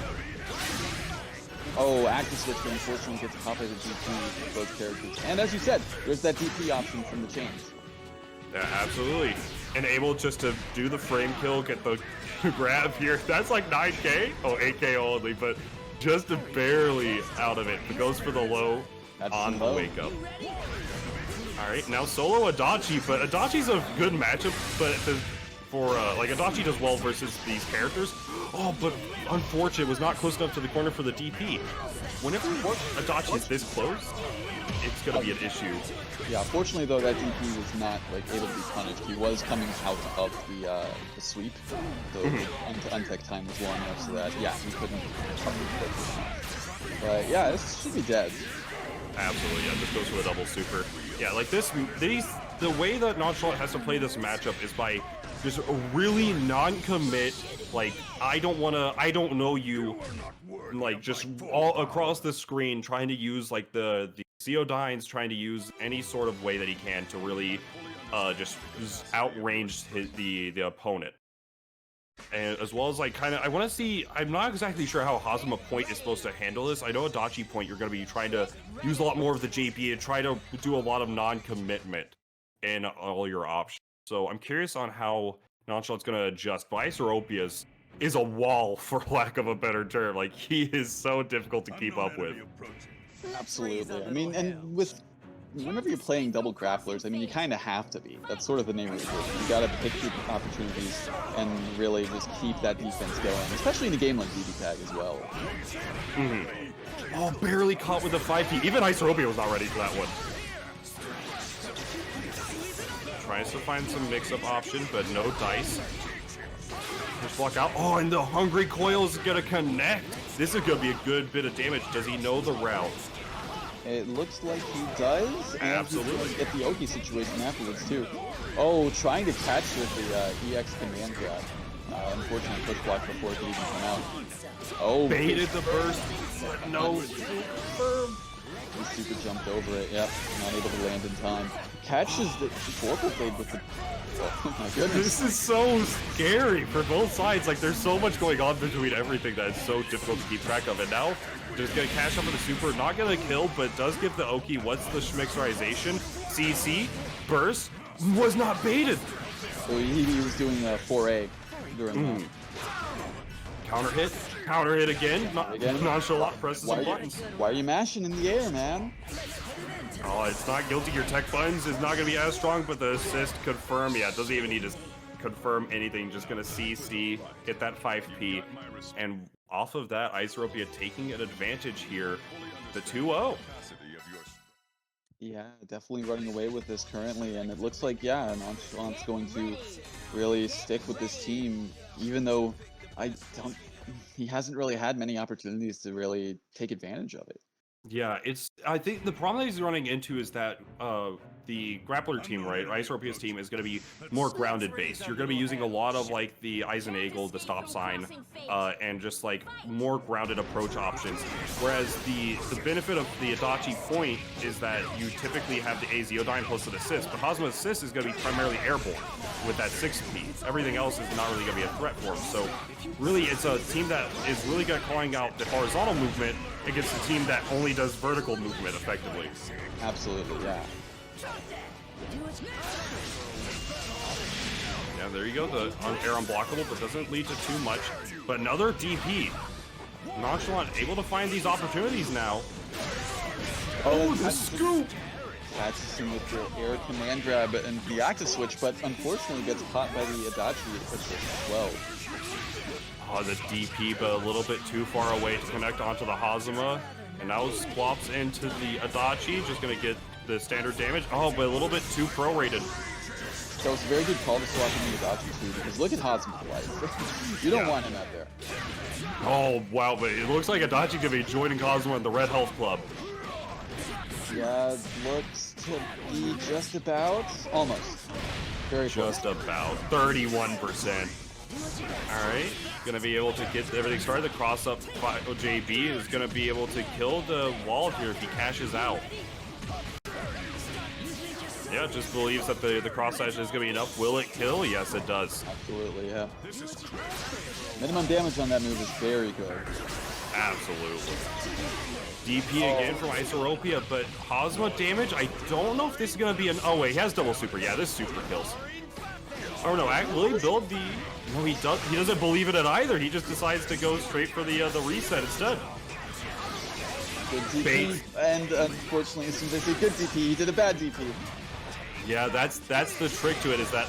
Oh, but the spark bolt, 1 bar neutral, the cross up Tager from downtown, gonna finish it out. Barely able to kill with that too. My goodness. Did you see that snipe? Oh my goodness, Isorropia with the 3-0 over Nonchalant. That set was super entertaining. Like, that was, oh man, just doing the Taker copter on the incoming, and yeah, just catching him just with that cross up. I didn't even know that was actually a cross up. That didn't look like it should have been. That's the Isorropia classic. Just using the JC to stall out with Tager to make sure to get these more ambiguous incomings. I think it does vary based on your character's incoming like burst or whatever. But yeah, that very good awareness from Isorropia and able to take that out. And looks like we will be having the next match on stream. It will be, well, currently it's actually 13-11, so the West Coast is leading by a good margin. But still, more matches to come, and it looks like Uri versus Awookanen is about to happen. Tell me about Awookanen. I want to say he's the wildest player I've ever had the pleasure of knowing. Like, I say that with, like, I like all amounts of, you know, praise, everything associated with that, because he, like, it works out. I don't know how. he is one of the luckiest players I've ever seen because he does the most ridiculous option and it works. It just works. Mm-hmm. And I'm really hoping you see what I mean. But I mean, this man's just gonna run up Raging Lion. He's going to like do that. That's a thing. You won't know when it's coming, but it'll be happening and it'll hit. Awookanen is a Narukami Yosuke player, correct? Narukami Yosuke and also Narukami Ragna as well. Gotcha, because I think I've actually played against Awookanen at the first offline Arc Revo and pools, and that was such a, in all honesty, such a stupid set. So many things went right and wrong for both of us. It was a hoot. So I'm excited to see Awookanen play once again. But now on the other side of things, rocking the East Coast, we have Uri from Tennessee, gonna be rocking. I don't know which team. Uri has an issue with this game, and currently that he does not know what team he really wants to sit with. Like, he has a lot of characters that he likes. He obviously mains with currently like the 9. He likes the new, but new is kind of like considered weak. This version does not really feel like it's the strongest character for him, but has so many other options. So we're gonna see which team he decides to stick with and what exactly is gonna happen in this set between these two, the wild player versus Uri's more calm playstyle. He actually won, I want to say, yeah, it was Arc Revo Online, Southeast, against Jan, and just by waiting him out in a lot of these situations, like, there's 50 seconds on the clock, I can time you out. Well, also the thing is, with 9, it's like, Jan is, as you said, Jan's one of those other, like, dual grappler players, so it's like, yeah, what does that team do against 9? Exactly. So, but with the Unarkami and the Yosuke, gonna be able to really contest more of the, like, we're probably not gonna see timeout as much of a factor, but now we're gonna see Uri rocking a new team, I want to say, rocking it with the Yumi. This is a disgusting team. I do have to say, though, that I feel like he's picking the Yosuke because of the 9 that's in play, because I feel like he's a lot facing 9 with Yosuke than he is with Ragna, and I don't blame him. That matchup with Ragna versus 9 is not a fun time for Ragna at all. Yeah, I could definitely see that, because you have Ragna's, I imagine, and obviously correct me if I'm wrong, but it's gonna be trying to, whenever it comes to trying to air her, it's gonna be a pain due to teleport dash and her ability of using like the JAs and whatnot, whereas like calling her out and a lot of her movement can also be sort of difficult. But with Yosuke, you're going to be a lot more rascally. You're going to be able to kind of set the pace in a lot more situations. Absolutely, yeah. You've hit the nail on the head, quite honestly. It's a pain trying to catch her in the air. Those teleports are a menace, and with a character that doesn't move as quickly as Yosuke, like Ragna, yeah, it's not going to be a fun time. But as you said, Yosuke is able to be just all over the place and really just keep her on her toes for the most part. So yeah, let's see how Awoo's able to navigate this matchup and if Uri's able to, lock him down. Absolutely, and something to note with this team is that the damage on this team is ridiculously high, because 9's damage is pretty solid, but it's all about the damage from that mix-up, and it's so good. Oh wow, tries to go for something here, but a lot of assists getting called and a lot of things just whiffing. Nice push block, able to force the sandwich, but no CC to make it dangerous. Amethyst, broken, Raging Lion, like you said. Told you, he's gonna do it. Right, just swapping into the Yumi, get a little bit of recovery on the 9, and trying to use the 6Ps against Yosuke, but very good mix-up there. Even offline, how do you block him so? Hold up back and pray. Fair enough. We're gonna see how this is gonna work out. The 4P, I like the use of the air projectile as well, just dealing with the horizontal. Amethyst coming out, gonna fall right into it. Try to set up for more of a mix-up. Aphrodite. It's just still keeping the lockdown pressure. Still in block stun. That would have hit. That honestly, that throw would have hit if he wasn't still in block stun from that assist. Absolutely, and now this is good. Yeah, that's gonna be a crossway. Great awareness, 10K. That's ridiculous. Alright, gets caught with the 5C. Yeah, it was caught pressing a button. Yosuke trying to get started here, was not ready for the dash cancel. It is going to be minus, but if you aren't ready for it, you might as well just consider it plus. Wakes up with the 4A. Counter hit, throw, great play from Uri. Even though the 9's down, yeah, it's still holding down the fort with the Yumi, and that's going to be a kill, yeah. Able to bring this back to a 1v1 situation. Is that dead? That's dead, yeah. Yeah, that's super dead. And didn't believe in the Astral, just goes for the super instead. That's crazy. That, like, the incoming waiting for, like, they block, right? It's a neutral situation. Uri waits a little bit and presses Yumi 5B. Usually you see more of the Yumi 5A just because of the fact that, like mentioned previously in the stream, right? It's going to be a 6-frame startup. It's very, like, good hitbox, everything. But going for the 5B, that's ridiculous. Can't escape from crossing Let's fate. see. How is it going to work in this game, too? Let's see if Awoo's rattled by that, because he had a very good advantage. And just sort of got taken away from him. Yeah, B-Slash is going to connect. Going to get some pressure there. Nice blocks from Uri. I got hit. Absolutely got hit. Yeah, I got mixed all hell. But Uri able to react in time. Great pressure and just now getting caught with the mid, but able to burst, realizing that there's no option there that would keep Awookanen's Yosuke safe. Was not able to get the full confirm, unfortunately. How looking line or what was? I don't remember what that one's called, but very fast overhead. It's, I mean, hey, it's like Gauntlet Hades. You're not blocking that. Absolutely correct. Oh, but the unfortunate drop, but the unfortunate drop on the drop, and now the burst, able to block it? Yes. Absolutely, yeah. He had all the time in the world to block that. There we go, and now, just like that, okay, able to call out the sandwich situation, realizing, hey, this is fake, I could get you for that one. Zeodyne comes out with the anti-air. That was a big punish opportunity, too. That's the full screen car. Now, potentially, was still able, yeah, here we go. This is going to be party time. Awookanen believed in a lot of things there. None of them were working out, but Uri was like, wait, why'd you get hit? Didn't work out in the long run for him, but now both players down that even-ish life total. Uh-oh. Oh no, whiffing on that too. There's a lot of big whiffs happening in this match. Yeah, this one's dead. Oh, and it don't stop coming. Counter hit, unfortunate drop, but now gonna be looking to try to get this resonance going. Yeah. There it is. Definitely was holding down that. It's grabbed out of the 5C. Uri, you monster! But now we're just waiting for Awookanen. Counter hit trade. Yeah, and the Astral. Alright. The Ice Queen is gonna take off Uri. Coming out with another game 2-0 lead right now. That's insane. And the first Astral of the stream. Absolutely.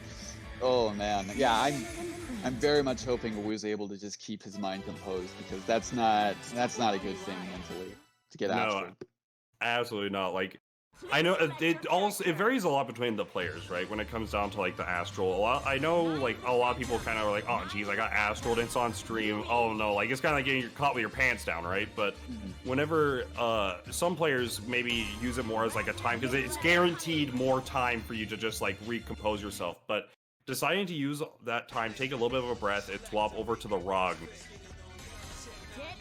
Interesting choice. Yeah, I feel like the Yosuke was doing a lot of work. The Yosuke was definitely working out. It's just, I feel like I don't know, he got greedy. I feel like he was getting greedy as soon as he killed a character.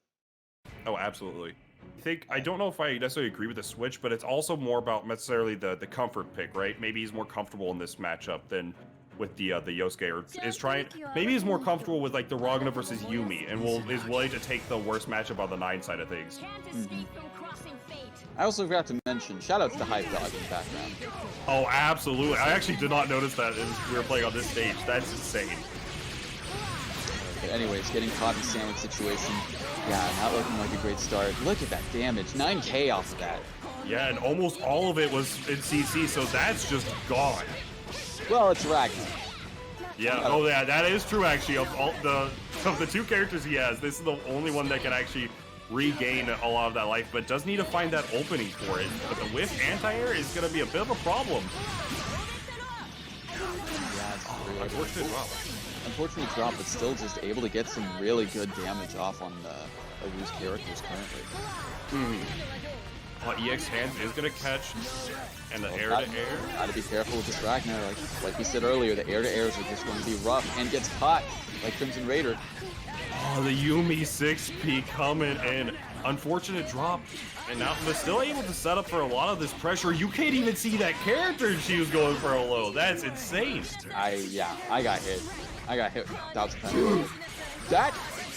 I definitely got hit. Yeah, I was not expecting Ragnar to come outside the thing, but the frame trap with the super. That's the Awookanen. See, like I said, he's gonna go for the wild stuff. You gotta be ready for that. That's so funny. But the Amethyst is gonna connect. Blood Scythe is gonna lose as well, and now it's coming down. The 4A is gonna connect on the counter hit, able to possibly burn out the rest of this resonance timer with the proper routing. No. Okay.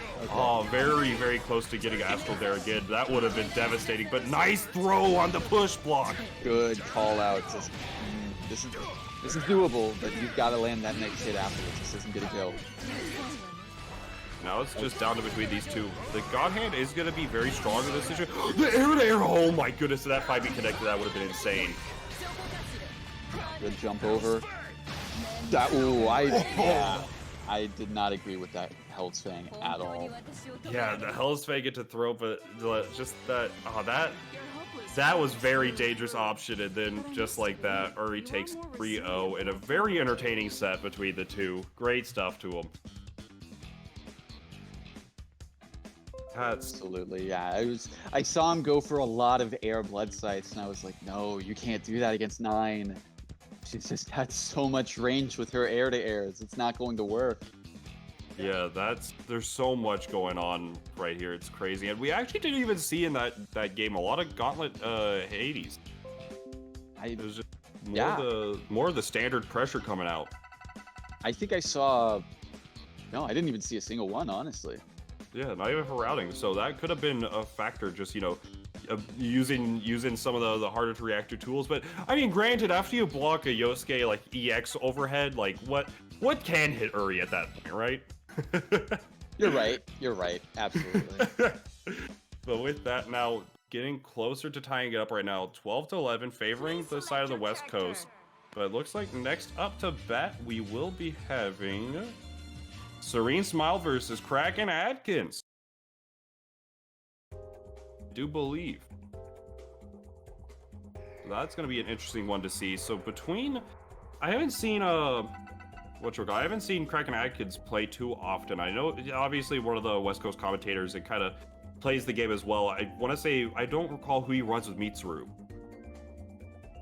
From Atkins' side, he usually runs Batista. That's a good team. Yeah, that's definitely the usual pick that I see whenever he's paired with Mitsuru.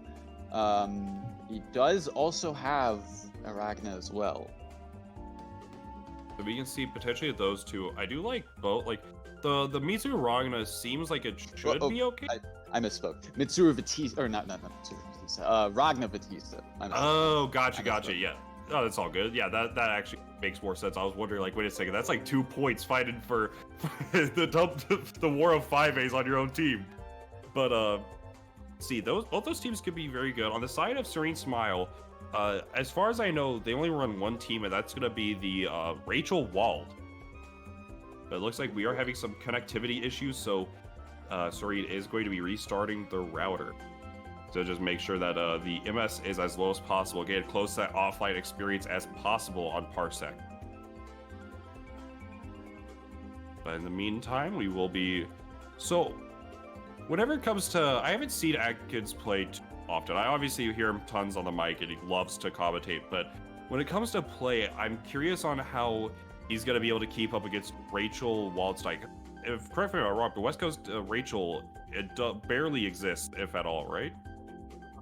There's really only one player that I actually know of that plays Rachel a lot, and that would be Razorburn, but he hasn't really been doing much competitively in terms of BBTAG as far as I'm aware.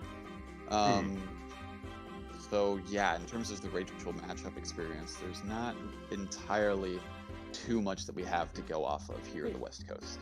Oh wait, actually there's still a Rocknavolt, right? The Elizabeth Rachel player? Rock Volnut.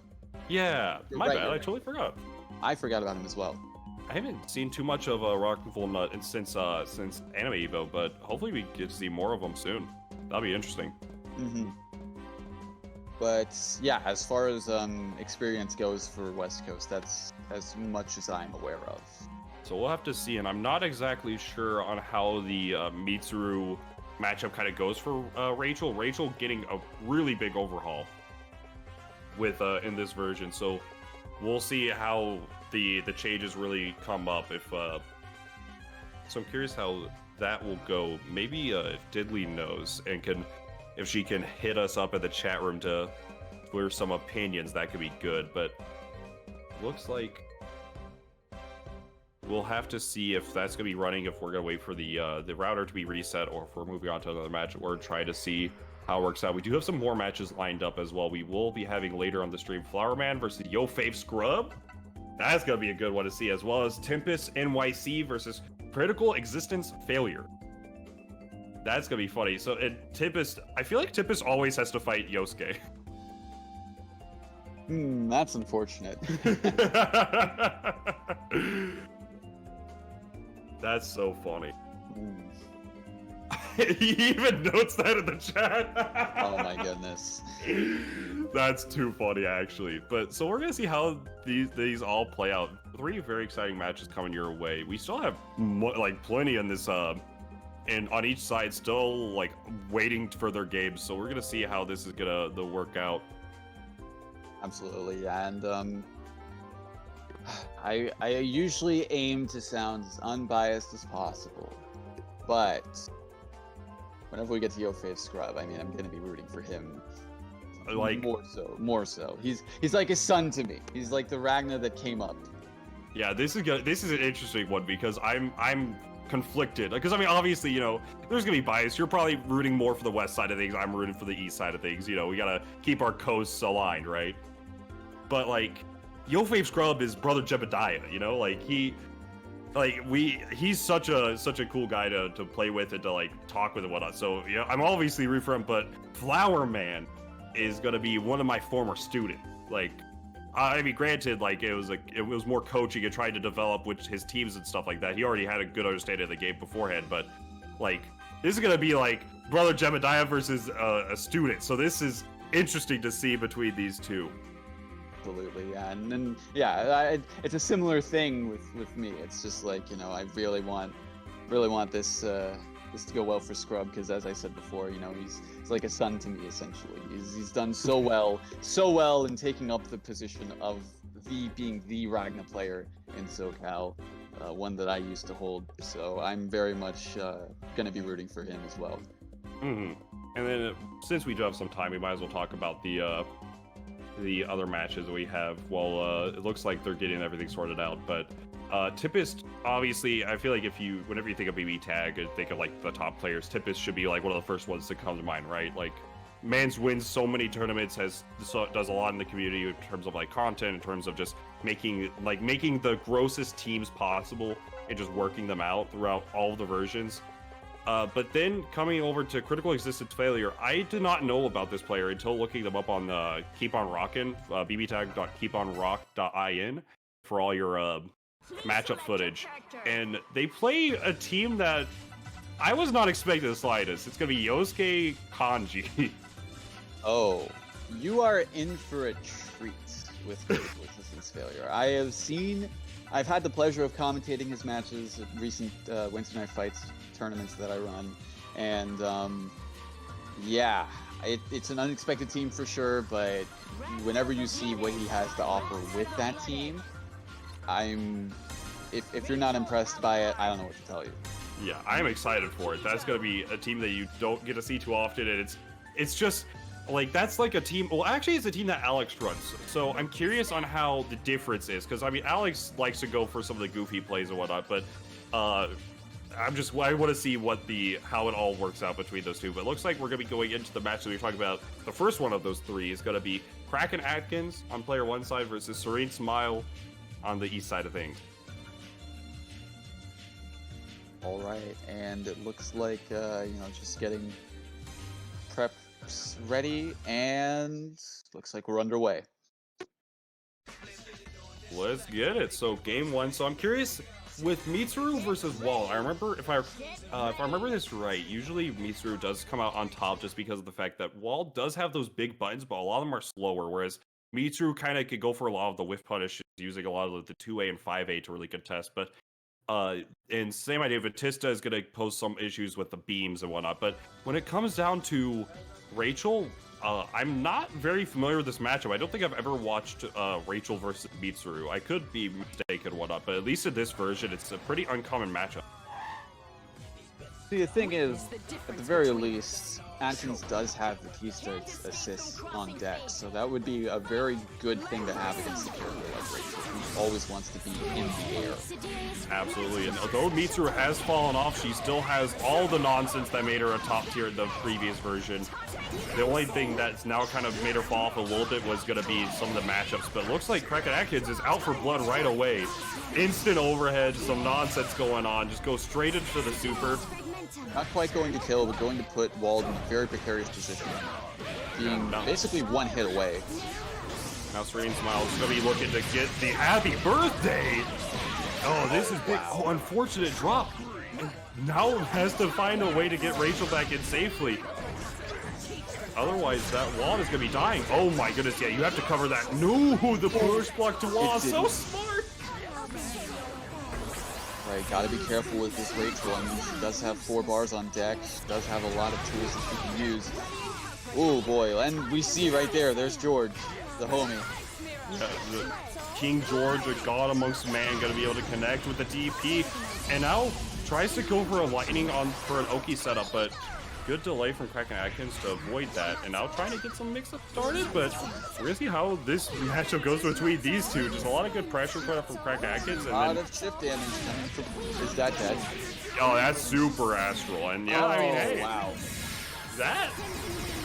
That was a game. We'll see how it's going to work out between these two. You know, obviously, Astral in game 1 is going to be a little bit rough, but we're going to see what the adjustment is in game 2. It looks like they are going to be talking about a stage change, so that way they can actually maybe sort out some connectivity issues or things of that nature. Well, at the very least, West Coast was able to turn the favor with the Astral.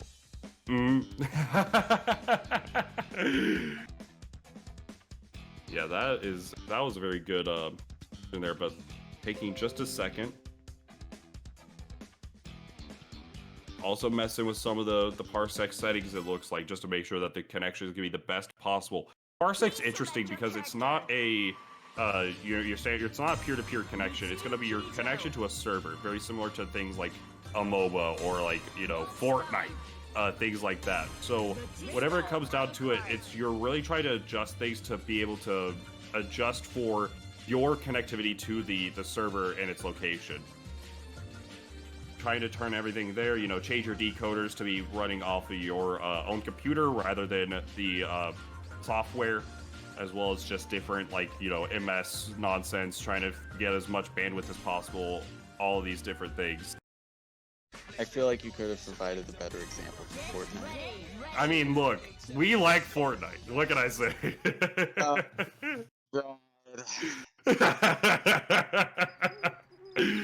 But what is this song? Did I hear birds? I think this is this National Geographic? Is this like that one Smash song that's just nothing but nature sounds? I'm so confused, but if they're rocking with it, hey, by all means. I mean, what better way to just complement the chaos with some soothing sounds of nature? Yeah, I mean, honestly, look, Serene Smile kind of getting things started, trying to get some pressure going, but the 4P coming out, trying to hit the cicadas next with the Rachel Lobelius to really get things started. Crackin Atkins try to find a mix-up opportunity. Yeah, coming in. And throws right back into the mirror, some Urian combos, but alright. Everything whiffs, but able to confirm it nonetheless. I mean, hey, it doesn't matter if your thing whiffs, it just matters if their thing whiffs harder. Absolutely. Safe jump, instant overhead, was not able to confirm the 4P. Lightning bolts. Hit. It's Batista. No, that's no punish. But that's gonna punish. Absolutely, yeah. Whip gonna punish kill from that super. 5C to next. 5C user and the house. Should have gone for the marvelous. Got the meter. Come on. But able to confirm off that instant overhead, gonna be able to get a Batista not known for damage, but is gonna be getting a lot of just advantage on these hits. And very good mix-up potential from her as well. Absolutely. It's like kind of like a death by 1,000 blows sort of style with the character, and having just good rebeats and just good pressure is always something you love to have whenever you're looking for a character at BBTAG. Empty jump low does have super and assist just to make sure that the damage is going to be all there. Yeah, that's going to be a kill for sure. All right. Low, what are we? We actually playing Beauty? But just like that, you know, the National Geographic came in, we saw a natural Crackin Atkins in his environment, just going for the instant overheads, going for the empty jump lows. The mixerization was there, and then just Serene Smile not able to keep up with it. But we're gonna see how this is gonna work with the the game 3. This song is killing me, dude. Now what we have here are two teams in a natural environment. Both of them fighting for dominance over the water. Crackin Atkins finds his prey. Oh, the reaction. Good happy birthday. He's grown yet another age. As you can see, just massive domineering figure is not able to handle this mix currently, but able to find an opening. The reversal. The gazelle is on the move. The switch. They only fight in packs. And what a pack this is. Finding the opportunity, the fireballs will connect. Labellious bats in the natural habitat. Absurd. Alright. Truly, this is neutral. This is a good show. What? Oh, the connect. It does hit. This good Able to catch whatever the domineering one called in their teams. Safe jump setup. Tries to next mix up can kill the Rachel.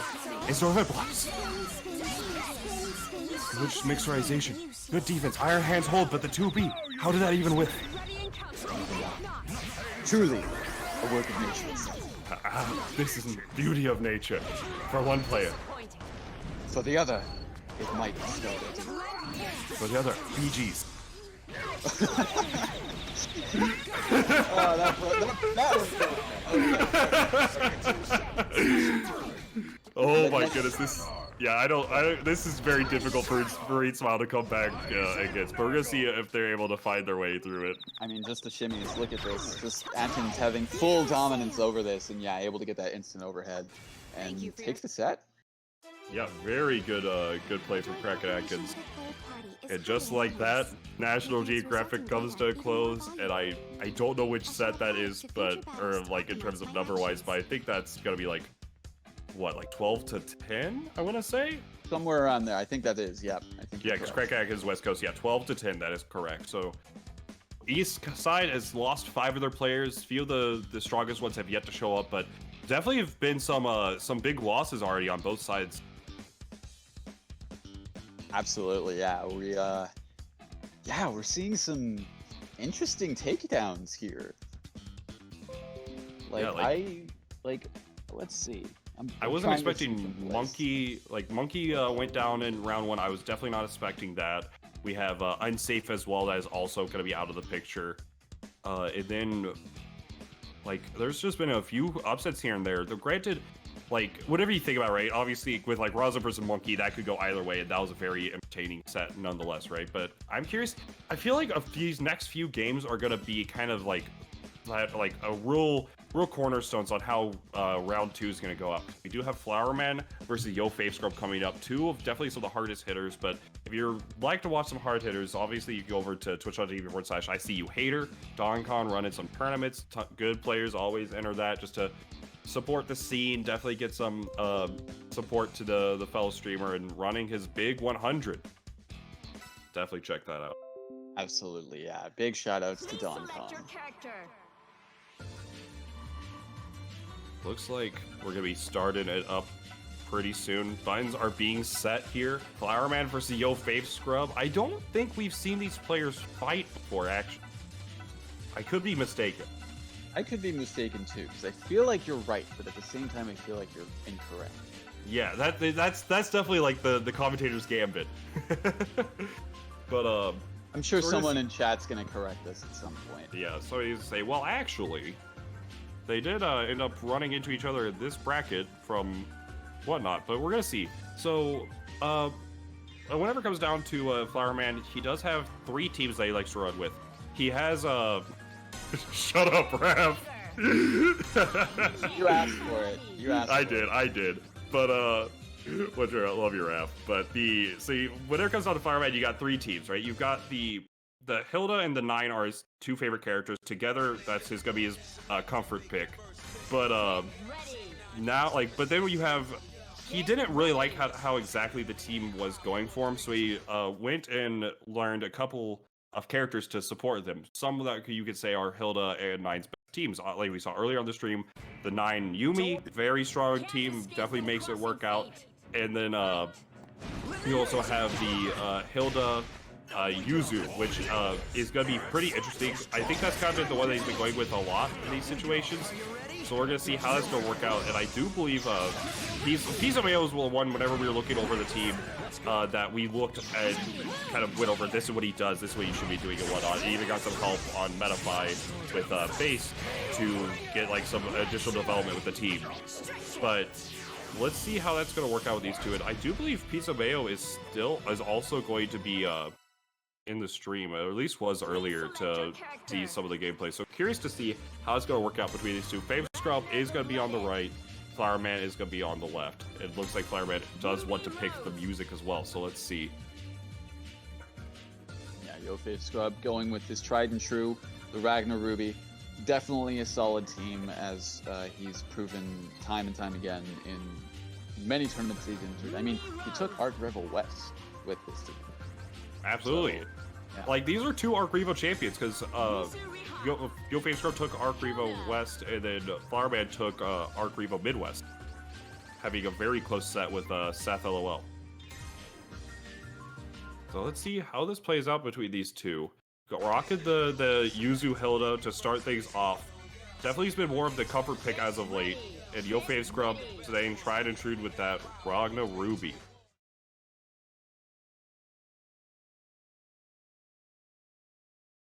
Now, it is tough for Ragnar because both these characters that Flowerman's picking definitely love to keep away, and Ragnar wants to be in. So he's got to somewhat navigate this and find openings that he can, and really just keep the pressure on and make sure that whenever there is a push block that's used, he's still able to find a way back into his zone. Absolutely. So we'll see how this is going to work out between these two. I also don't know how many of the, in terms of matchup footage that you can really compare to, where use Hilda to really compare, where you have a lot of footage to learn from for Piece of Mayo, but you don't have a lot of Ragnas in Japan to really analyze matchup footage. So we'll see how this works out between them. Flowerman very strong on the Hilda point, but yeah, here we go. YoFavScrub gets the hit here, and he's gonna be able to force the corner situation. Maybe goes for his traditional knockdown. Yeah, there you go. Able to convert off of that and getting caught by the burst as well. But still able to get some good damage off on Hilda. Gets the empty jump blow afterwards with the cross up. Yeah, I was not expecting that to cross up. That was insane. Oh, and tries to go. The phone is stolen! That's the phone steal. That's my boy. And yeah, the Gauntlet Hades is going to come out and then just connect there. Nice use of the DP, but now it sounds... One thing about Flowerman that's always been interesting to me is that his Hilda comebacks are, just consistent. I've seen him come back from this position so many times. I would not be surprised to see it again, but YoFavScrub trying to hold that advantage. See how it's going to work out between these two.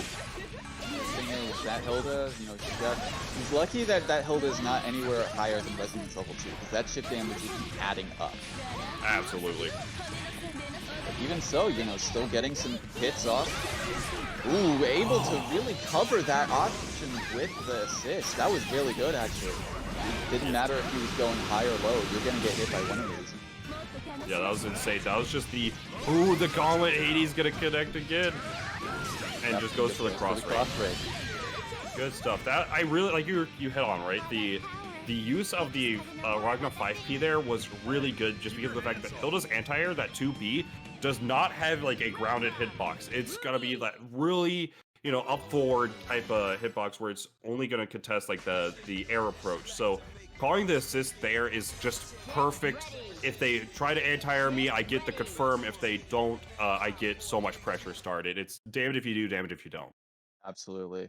I also want to point out, Gauntlet Hades is the best move in the game. Sure. It's pretty good. It's pretty good. Pretty good. Pretty good. Anyway, game 2. Get in. And just go in. Start 5A. I mean, it's a tried and true thing. If you're playing against the Ragnar, you gotta be ready for that. Yeah, there we go. That's one of the things that YoFavScrub does like to commit with. He does like to, he'll spin that assist gauge just to force that sandwich every time. The 5B barely whiffs, but able to connect with that assist.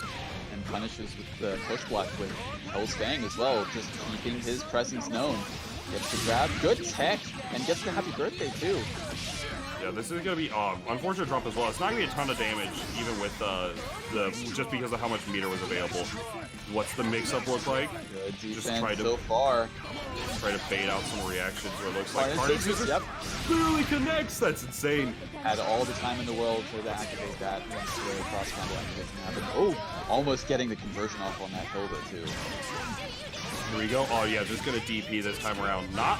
Wait, you air blocked that? You can't air block the first hit of it. You can air block the slashes. That's just funny. That's unfortunate. It's kind of stupid, and that could cause Flowerman to lose Mystery Hawk. But yeah, that is a thing. Oh, that's unfortunate for Flowerman. But now we're gonna see gets another time with the Resonance 2. Gonna have to try to find some way to get things back in, but 5P from downtown. How will Flowerman make this comeback, or will Flowerman is just caught in a very precarious position, and no more resonance and no more of that chip damage either to help him. Yeah, this is just trying to find a lot of these openings with those JBs. Whiffs the button, but the assist so fast with the startup. Lynn, overhead, and yep. Mixerization station doesn't stop. That was really good option going for the double, like that delay air dash mix up. Absolutely, and if Flowerman had the meter to push block, more than likely that push block was going to affect the Ruby.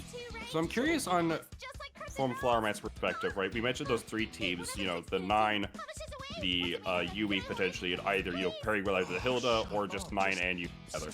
I'm curious to see if he decides that a time that I need to switch, if you're just gonna stick it out, because it's not like the games are going in incredibly bad form. It's just YoFavScrub has this playstyle that's just very adamant once he gets pressure started. Absolutely, yeah. Like once he's in, he's going to do his damnedest to stay in.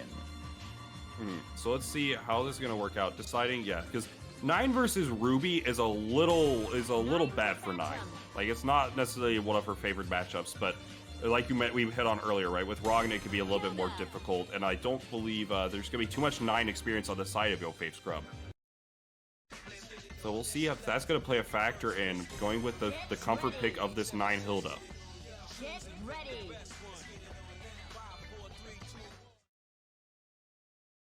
Currently, YoFavScrub on set point. Gonna be looking to find a way into the round 2, but Flowerman has the comeback potentially. See how it's gonna play out in this game 3. I was gonna say, also has the hype dog to back them up. That's true, and I was gonna note this song kind of slaps. Alright. Gonna be getting into it. 6 PCC just to try to force the neutral. The floor is lava, and the 5P connects, but unfortunate. The walk a little bit too slow, not able to confirm for that 5B. And able to get that confirmed, no burst available for the YoFavScrub. Out of corner though, fortunately. That DP. Big DP. Good defense. Lost the Gauntlet Hades. And does the tech. Whenever the follow for Gauntlet Hades is going to whiff if you crouch, so you can block low, block high, then crouch and go for a button, potentially to even call out the option. Oh, that was so dirty. Was not able to get the punish on with the assist though. Very odd. Yeah, alright, yeah. Definitely preferable to hit in the air by that 5C. Absolutely, because now we see BP is going to come out. This is looking like a better pick right now, but the 6P will save him from what looked like disaster. That could have been very bad for Flowerman, yeah. Keeping that pressure up with Mail Torrent. Yeah, double overhead, gonna be very strong option. Has the burst of punish available in the form of that assist, so Flowerman forcing the sandwich here. What's the mix-up? Oh, nice Good burst. Gets the overhead. The classic. Using that 2B leaves you in the air and you're able to get that JB, I want to say, the JD from CF. Good defense so far from YoFavScrub. Unfortunately getting hit by the tail end of that active switch, but still. What a hit. Wow. Yeah, did not believe in the hit as well. All of us did it. Oh, wow.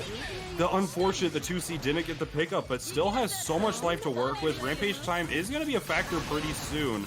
And I do like the meter. Well, granted, both, I think like all of the characters on this screen have good usage for this, like their 1 bars. Oh, good luck. Good tick throw. Very. Choosing to just opt for the life gain. Oh, believed in the push block, did not come out. Instant overhead. What's the situation look like? Unfortunate drop on the side of Flowerman. Mix up. Oh, goes for the low this time. Not able to get a confirm from it, however. I don't know. Yeah, if there's any character that you want to keep in resonance, it would probably be Ragnar. Yeah, no, this is. I definitely could agree with Scrub here. Just try to play it all out with the Ruby. Oh, just burst the gunshot, and that's gonna be death. Yeah, just barely able to squeak out with the Hilda damage. Had to super for that like 200 life. And now down to the wire. Resonance 4 Ragnar with all this butter on deck. Oh yeah, does not matter. Yeah, that's unfortunate, but that was definitely a comeback on the side of Flowerman and able to find some more footing. But it looked like a lot of it looks like a lot of adaptation from Flowerman, but YoFavScrub just needs to adapt to the adaptation at this point. Yeah, absolutely. Very good play from both of them, though. Like that was so dirty from both sides. A lot of blocked Gauntlet Hades that was really kind of set the difference. So maybe some more lows coming out from YoFavScrub. We'll see. Maybe, but also I gotta give props to Scrub's defense as well in a lot of those sandwich situations. Like, even though he got hit, like he only got hit towards the end of it, so he wasn't able to get a lot of like unrecoverable life damage. Yeah, it was always like the last mix-up where you're like, oh wait, they have that little bit extra time left in like the recovery of an assist or whatever to connect with. Like it was, you're gonna get hit at the end, like at any point in a cross combo. That's always the best like time to get hit. Oh, but the punish on the card.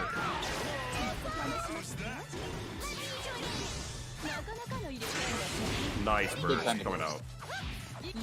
Gets that pressure started, just baiting out an anti-air with that teleport dash. Amethyst connects and nice use of the JA. This could lead to an unblockable. Good. Just supering out. Getting out of that. That was actually very smart. Absolutely. Just realizing that there's very, oh wow, the use of the sandwich there. Very good and very good connect on the Hilda. Not a ton of damage, but just be able to get that little bit of chip in. Yeah, baits out the DP. That's gonna be, oh no! Okay. Unfortunate drops. Yeah, this is very unfortunate, but JB does. it moves him far enough to actually get the punish. Yeah, oh my goodness. DP? Oh, I was expecting an unblockable actually. It's very, like, it's hard to tell at times because the blockable is very true. That's it. Nice punish, but this is Hilda damage. Yeah, it should be enough to kill. Just cross rage. Yeah, cross rage for sure. But in that situation, you have to be worried about Hilda with that because of the fact that it's her nail torrent there. So if they push block, you could just be just in a situation like bad. this. Uh-oh. All right. Good. Here in a second. Yep. Going for the double overhead. Yes, sir. Gonna be able to connect here. He's gonna run out that resonance timer as much as he can. Wake up with some buttons. Try to get something started. Blood Scythe. Nice block. Oh, and there you go. Yeah, blocking the Gauntlet Hades again. Yeah, it seems like Flowerman's definitely ready for that now. Oh yeah, back tech was a little bit misplaced with it, but yeah, there you go. That's one of the dirty things about the team is that you have with using the 9-5P in that situation gives you a full screen, high-low. I don't want to say unreactable, but it's very, very difficult to react to mix up in the sense of using the EX overhead or the low to fill the gap in from the 5BB. So good. So now tying up the set 2-2. Able to bring this back with this 9. Definitely the 9 character pick really coming in clutch for Flowerman so far. Yeah, that's my goodness. Yeah, this has really worked out for him in the long run. Like, even though we haven't seen like a lot of the unblockables, but it's more so the threats of it. It's just super good. Has the CC to save the 9, sandwiches the Ragna, but try to find an opportunity here. Switches in and now just whiffing some normals. Trying to get something started. Woo! Those teleports. I thought he was actually going to be able to catch it. Oh, that was cheap. That was an Azrael mix-up right there. Teleport through, having the 6P connect, and now this is going to be unblockable. Oh, caught jumping forward. Corner again. Not able to get the conversion and the setup for it, but I mean, hey, it looks like he's going to get it again. Yeah, another unblockable setup? No, instead just goes for the... Try to bait... Oh, baited out the super. Try to get everything going. The safe with the super and the deep. That's insane.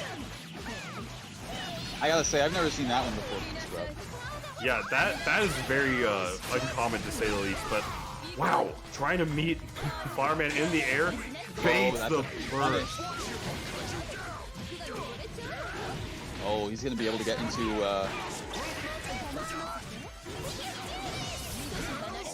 I was expecting actually to just blocks the 5C. Wow, yeah, Flowerman's really good at blocking these overheads so far. Flowerman decided that the toes aren't worth it anymore. I'm just gonna block my dome. And yeah, there you go. That's dead. Barely able to outrun the burst. That's insane. The mix-up on incoming. Isn't able to set up the unblockable. Yep. Uh-oh. No, yeah. Even if he did active switch, that wasn't going to help. Yeah. Oh. Okay. Alright. Exits the broad tag. Unfortunate. And now, yeah, this has got to be a dead character for sure. And now it's down to double resonance. I assume Flowerman needs to resonance very soon, but also needs to do it at a time where he can be safe. Who needs resonance whenever YoFavScrub whiffs the DP? Very unfortunate, but this should be death. Yeah, full spell gauge. That very unfortunate DP there from YoFavScrub and able to clutch it out. Flowerman takes it 3-2 and a Mallaclaqclaq of a set. Wow. Oh man, I just let go of a breath I didn't know I was even holding. That's so unfortunate. Like that, there's so many ways that set could have ended, and I don't think anybody had the money on the early DP. But yeah, good games for both players. That was a set, so good. But now it looks like we're gonna be going into the next one, which is gonna be TempestNYC rocking for the East Coast for critical existence failure, West Side.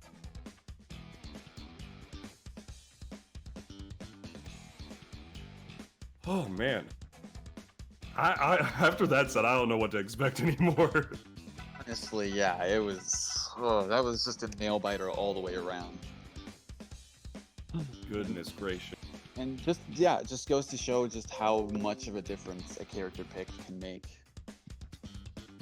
Yeah, and now, yeah, I mean that's definitely the case, and I mean you definitely it's always been mentioned when it comes to team games, especially. It's gonna be you're gonna have your top tier teams. You're like, oh, I want to play whoever, like I want to play Hilda, but I want to play their best partner or whatever. You pick up Yuzu, but it's all about the familiarity with your characters and the just knowing how your characters work and knowing how they interact with the game and going that way. It's all about the comfort in your character.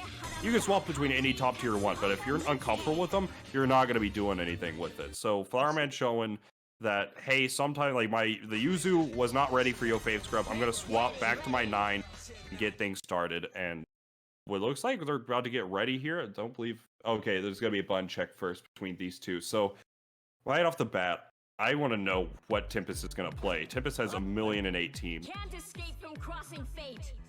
Fight. And you mentioned critical existence failure earlier. It said it was gonna be a pleasant surprise. So what is it about this player that makes him enjoyable to watch? I've never seen so many wacky resets from a team than I have with critical existence failure. He's able to set up some really interesting situations where it's like, hey, if you're teching this, you're about to get hit immediately out of it. Please select your And character. so it's hopefully critical existence is able to get some of that going, but against a player like Tempest, that'll be hard to say. Yeah, definitely that could be the case because Tempest, one of the best players when it comes to this game, like very, very strong. And whenever, funnily enough, a lot of people look at Tempest like, okay, he's very strong. He's very solid gameplay a lot of the time. But Tempest, depending on his mood, will just wild out at times. Like he will do some of the scrubbiest, the stupidest decisions you can think of. But at the end of it, it'll work out. And he's like, why'd you get hit by that? So it's very interesting to see because it's going to be like two ideologies of a similar caliber coming at each other, but we're going to see which style of play Tempest is going for and which team he's going to pick in all this. But it looks like they are going to be adjusting some of their decoder settings over in the Parsec settings just to make sure that everything is going to be running to the best of its ability on their sets. Lene Hyde. He saw Omnix in the chat room? That's insane.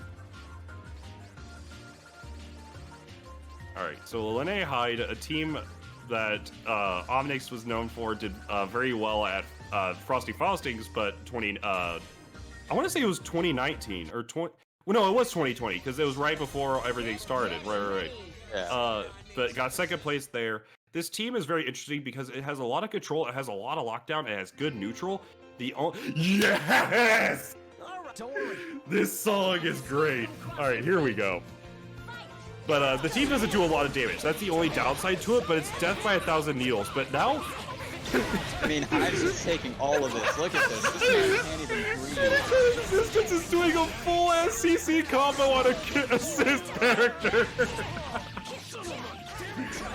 I mean, whenever Lene said, I'll leave it to you, Hyde, yeah, she wasn't kidding.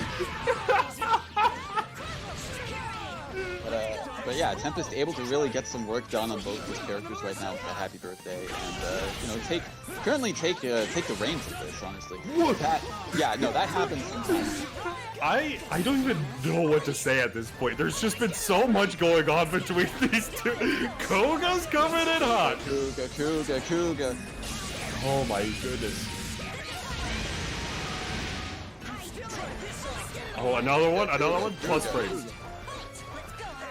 Alright, what can you do versus these projectiles? This mixerization does not bait the DP. He gets access to Throne. That should be a dead character, absolutely. CC just to make sure the character's gonna be there, but instead gets combo for it. The bait out on that 2B critical gonna be trying to find his opening here. Gonna be rough. I mean, both characters still relatively healthy. Oh, the Rekka's from downtown. Oh, unfortunate whiff on that EX vacant shift though. Or no, is that vacant shift? I don't even know. It's something. Now here we go. The projectiles coming in hot. Some fresh spam coming at you, but baits the Grudine, and that's gonna be it. And yeah, just gives the anti-air. That's gonna be game one. This is gonna be some clown shoes, I can already tell between these two. Oh my goodness. That was wild. I'm just gonna say that was insane. Yeah, this is gonna be interesting tie. Both players definitely having some fun with it. Get ready. Oh goodness. Alright, well, going after that game one, let's see how it's gonna adjust here in game two.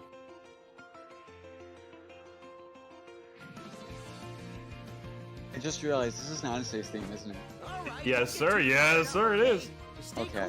All right. That's what you were saying. If only if it was the bike horn version of it, though. Oh, that'd be crazy. I don't know. Am I the only one seeing the artifacting? Oh, that was weird. Don't worry about it. Yeah, this is standard things. Escape from crossing fate. Anyways, going back into it. Game 2. Alright, he's gonna be able to get things started with some CC pressure. Uses the roll to get the mix-up going. Catches out for that super unburstable damage. You'll see it. Just matching on wake up. I mean, it's such a quick button. I don't see why he wouldn't. But gets thrown as soon as he woke up.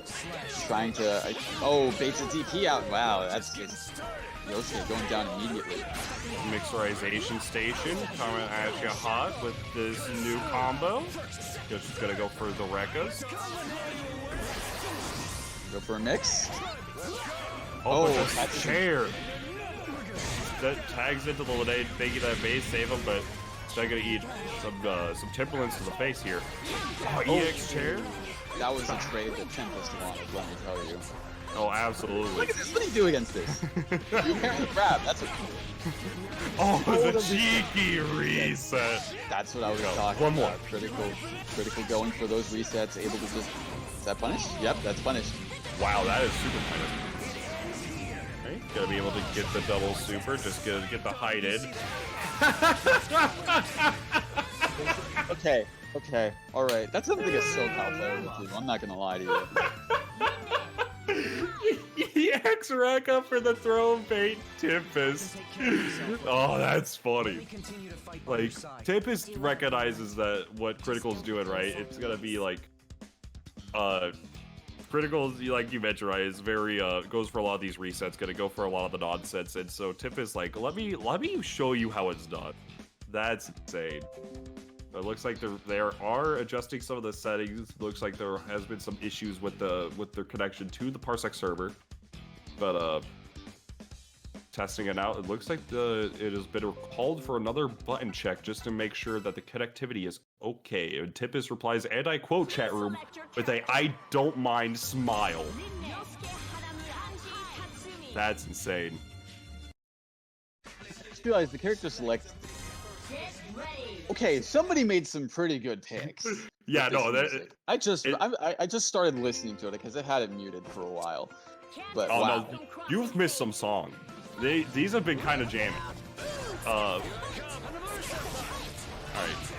So it looks like that he's trying to check, and Tempest is practicing his neutral while he makes sure if everything feels fine.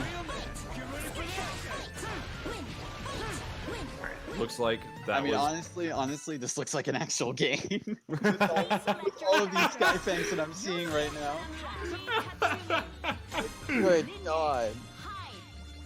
That's so funny. All right, so let's see how this is gonna work out. This is potentially set point for Tempest, potentially the last game between these two. We're gonna see how it's gonna work out in this game 3. Maybe the connection got a little bit better on the side of critical existence failure. Maybe it's just a little bit too much. We're about to find out right here. Game 3, let's get it. Wow, that caught. Okay. That was a really good anti-air. Already. Tempest is going for the recoverable life only challenge, but apparently not anymore. Gets the CC hit here. Triple overhead. Tries to repeat. No dice. Alright. Trying to find his CC, yeah, he's just trying to go for those resets. Yo, the infinite? Tempest letting go of the controller, holding the 8K combo from Kanji, make it 8.5. Oh, and he called him out for not holding the controller. Try to go for the burst bait back tech. Very unfortunate. Was not able to get the confirm from the assist there. Scoops. Got him jumping. All right, what's the plan? Call him out again. Try it. Really? Tempest is just not holding the controller once he gets in. Oh, it found his way in, but now the DP. The Vortex has ended. Kanji Tatsumi going up on the tier list. Not anymore. The 2A. Good crouch on that EX air command grab. Absolutely. Oh goodness. Potentially has an opportunity here. Oh, what goes for the DP? Oh, but the blend, I was able to car cancel it in time. All right, well, it's all up to Yosuke with res level 4, so it is doable. Yeah, this is actually very, very doable for Critical, but it's gonna come down. He did lose his infinite character, but will Yosuke be able to come out on top with all this meter on deck? This is gonna be a good start, gonna be a good chunk of change. Try to go for a reset. Oh yeah, try to go for all of them. Tempest aware, just push block, does not want to have anything to do with it. Cross up on that roll, one of Lene's specialties. Yeah, cross raid. Quite kill with cross raid, but I mean, still gonna put him in a precarious position. I respect it, but at the same time, why? Well, okay, here's the, I already know what Tempest is thinking. He thought Critical did not have the back button bound to the, in this situation, and tried to DP there in case that you try to go for a wake up button. But Tempest, you live by the meme, you die by the meme. That was a funny set. That was a funny game 3, but now going forward, still gonna be in this still gonna be set point for Tempest, but new things coming around. Don't worry. But it looks like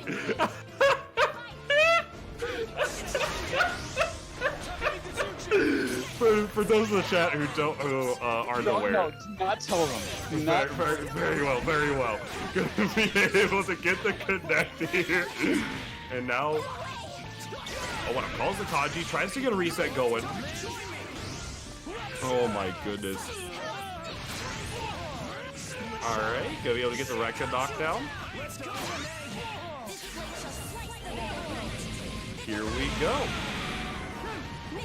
Tries to go for the anti-air command throw, but instead gonna get scooped right out of the air.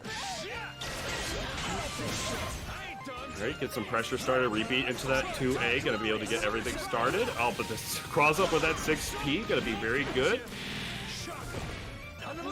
Yeah, not going for any cheeky resets from that, but still, you know, still able to get some good damage off keeping this Kanji, and I don't know what to think of that. Is he gonna get hit? He is, oh my god. Absolutely.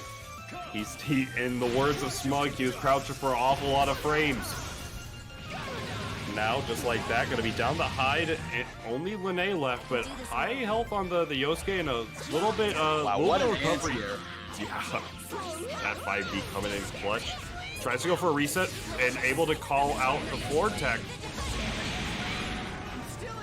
I mean, that Kuga basically got like no landing recovery. It's wild. Yeah, oh, it still really gets hit off the DP, but no able to get a conversion off of it. It still gets a counter hit afterwards. Ooh! Oh, what? By the last hit. The very last hit saved Lene right there. Oh my goodness, and the throw is able to connect. Okay. If he's able to get this combo complete, that should kill. This is a big if, because it looks rough. Okay, there we go. Yep, barely able to take out, and now tying up the set 2-2 after calling the super. And just like that, yeah, set point for both players, and they just need to take this to circus at this point. This set has just been funny. It's been wild. But now let's see, Tempest taking a second, thinking about which characters he wants to play. Yosuke, all right. Okay, going for Yosuke Narukami. This is gonna be interesting. So Yosuke mirrors now, deciding that Omnix's team was not strong enough for the memes. You have to play incredibly solid with that. But now trying to meet critical existence failure in his own game and running a Yosuke mirror. Oh my goodness. I mean, this is basically Persona 4 Arena right now. Yeah, I mean, it's got everything. It's got everything you can want. It's got the stage, it's got the characters. I mean, the only difference is just the UI, that's it. Yeah, absolutely. All right. Tempest able to get the first blood, essentially. And, I mean, yeah, he's 5P doing so much work. That was dirty. trying to go for a hard burst bait. Get some pressure going from Narukami. EXEO +7. Hold that. Oh, I was expecting an actual good. Oh, no, he did get it. And then he just avoided the burst. Mashing. There we go. Gotta be able to connect. I gotta say, it's very brave to be mashing with kanji against Unkane. It really is. But able to get the cross slash here. What's the Oki look like? The safe jump? Yeah. Oh wow. Try to go for the mix up. I got hit. Yeah. Oh, same. But and so did critical existence of only after whipping that throw. Now aerial DP gonna eat about 7k for this if critical is able to get this full combo off. Tempest definitely wanted. Oh wow, what a reset! Absolutely. Yosuke in, gonna be able to get his own pressure started. The Yoo-hoo. Oh, what? I don't even know. I don't even know. It's not gonna kill because it's Yosuke super, but I mean, what happened? Oh, and he just stole the corner with that moonsault, and the 5-piece gonna connect. What a set. What a set. That was just goofy.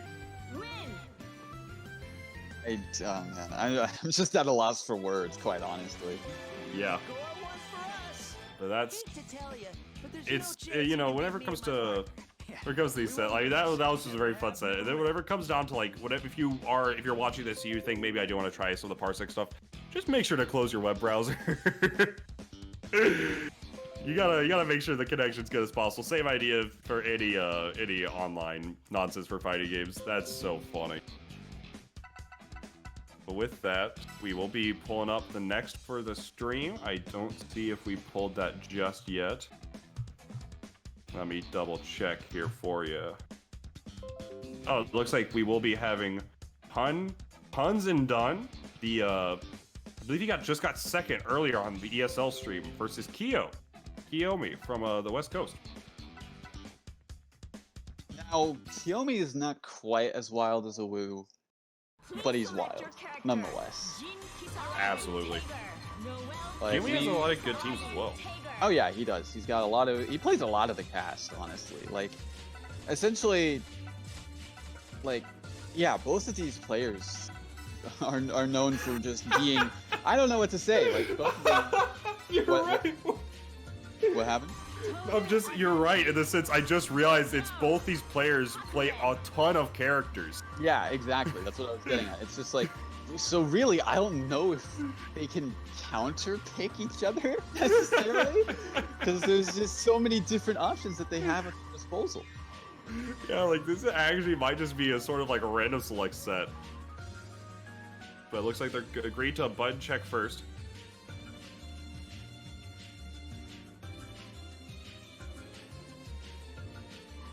I gotta say, I really do love the Melty Blood character select music. Oh yeah.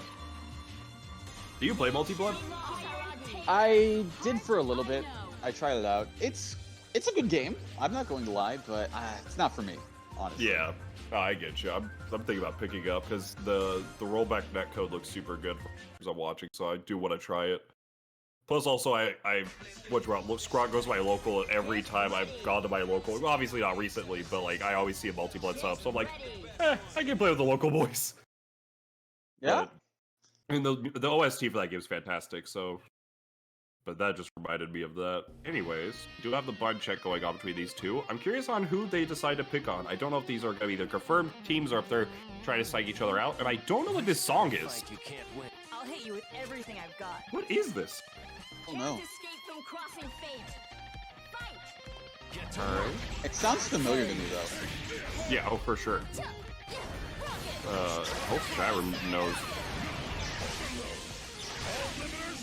From NSR. I don't know what that means. Anyways, we'll see how. Which looks like the button check's going pretty well. Granted, I haven't been too much attention, but I think I've seen a C button. Definitely seen A's and B's.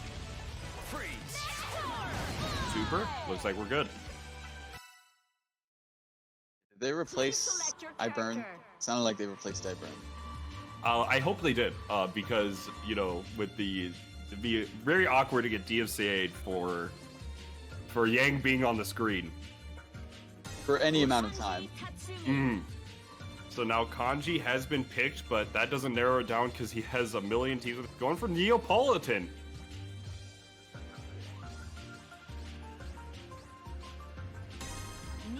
Kyo talking about the potential of a blind pick, but oh, just going straight. Wow, insta picks going straight in for the Carmine Jubei.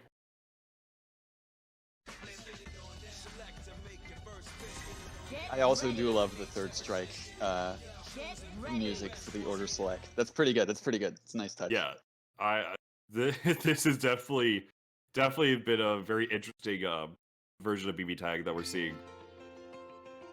Honestly, theme. Okay, let's go. Here we go. Yeah, this is a good one, but it looks. I don't know if they're gonna go honestly, back. I don't see why people hate this. I actually don't. I know. I think it's because people are like, oh, it's not like a good for a fighting game or whatever. But oh no, I love this song. Anyways, I love some BBTAG right here. Gonna be able to get started with the overhead, but Carmine active switches in at the end of the cross combo, and now gonna be playing that neutral. Oh my goodness, this is just insane. Pop mashing. Uh-oh. Oh no, that's big. Carmine dies. That's big. Yeah, he does. Oh wait. Actually, maybe not. Just barely? Just barely. It's because he's 18K, that's why. Yep. Now But the throw is gonna work out. Neapolitan running some laps. Now down to the solo Jubei. Standing there? Yeah, it looks like Alex is committed to the stand there tech, but all right, looks like he's got everything back in line. Counter hit 5B. Oh, dropped the combo unfortunately, but whiff punish on that with that 4A. Black Panther loops. Passed out? Yep, absolutely. Get as much damage as he can while in resonance while he has the meter as well. What? Oh, wow. I said he was wild, but good god. You said he was wild, but good god. Nice parry, but was not able to get a confirm from it just because the follow-up actions from that move. Counter hit, able to connect with that low, the 2A coming in clutch from Neapolitan. Puns going up, game one. That was crazy. Oh my goodness, like that honestly threw me off guard whenever he did that super, jeez. Yeah. That's what you'll call it. This is gonna be a set for sure. A lot of scramble at the start, but we're gonna see if Carmine's gonna be actually like honestly that situation. Carmine didn't really get to play that much, so we're gonna see how Carmine can potentially handle these two. Honestly, he does very well against them.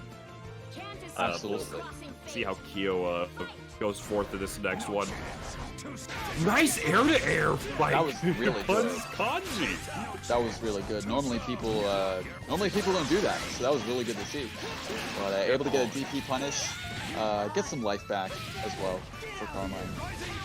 Yeah, able to get a little bit of damage on the Jubei, but not too much. Sandwich situation, push block. Oh, and the active switch on the crystal. Good stuff. Nice burst. Yeah, I'd say that was one of the best times for him to do that. Gets top at the EX Kingo though. Is he going to be able to get some life back? Absolutely. And it goes for the cross rate as well, so now not only does he get all that life back in general, but he also gets the active switch bonus to get all, I mean, look at that life bar, it's almost all the way back. Wow, he avoided the anti-air grab. I just want to say also that the DP that Uns did with Kanji almost converted. Yeah, that was something to say the least. A lot going on in this match. Active switch commit, active switch grab, not quite going to kill. Could have done a couple more hits, but The DP for a DP, and now down to solo Neapolitan. Throwaway is gonna whiff, but oh, nice active switch, mixing up puns, and should just be a super, I imagine. Yeah, oh yeah, switch back into Black Panther super. That'll do her. Very good awareness, just using, like, knowing that, okay, I'm not going to get the second bar that I need for this to DHC, so let me just go for this option and get the kill that way. This is, whatchamacallit? Wait, okay. I just looked at the chat room. Apparently, Puns had some issues on the Parsec side of things, so he was using the stream to play with. What? I don't know how old that is, but that what is Alex? What? That's so funny. Hold on, this entire time? I don't know how long it's been, but apparently he had some issues. It was just using the stream to like for more consistency. That's insane. But able to get things started here. If that was this entire time, he won a game. Yeah, I'm curious now. But able to get things started. Kiomi able to get the throw as well. Just burst. Yeah, realizing no assist was on deck. Very safe option here. Kanji gonna get started here. Mixerization gets scooped. Get this command grab, gonna convert off of it. Yep.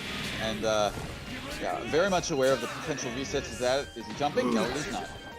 Yeah, called the assist. Probably is going for. It looked like he was pressing a button or trying to go for like a dash or whatnot, but able to go for it.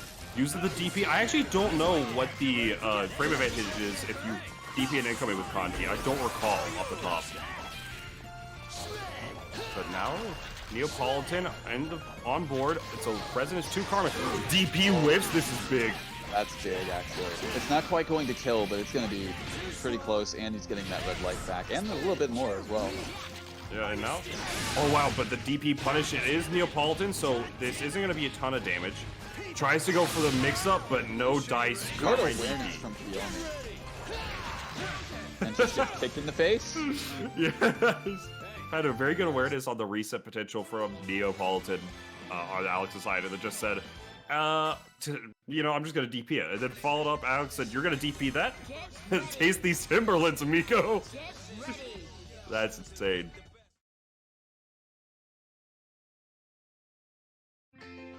All right.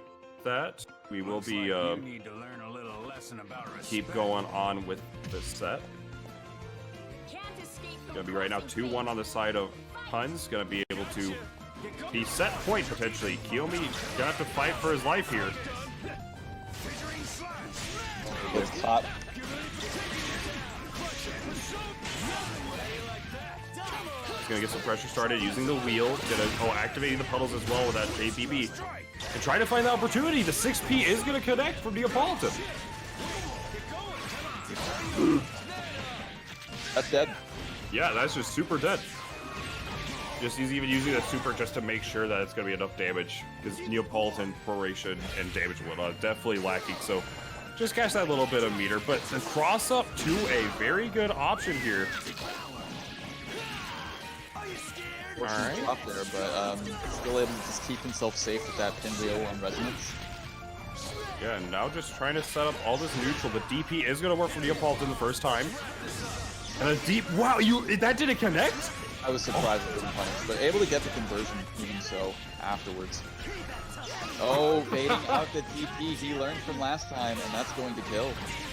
Yeah, that was able to adapt and then just bait out. Even the giggle from Neapolitan to seal the deal, that's insane. But Huns taking it over Kiomi 3-1. That I was not ready for that bait. I definitely DP'd as well. That was crazy. I mean, yeah, whenever you see that happening, it's like, okay, am I going to take this mix, or am I going to get baited? Exactly.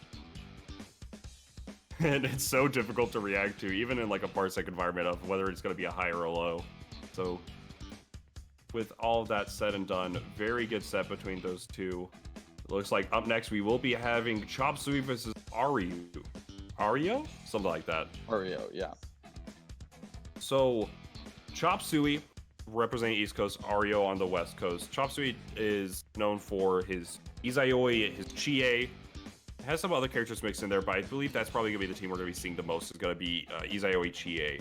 Ariyo, I have not seen him play that much as of recent, but I do recall that he does have a Azriel as well as a I don't remember who he partnered with Azriel.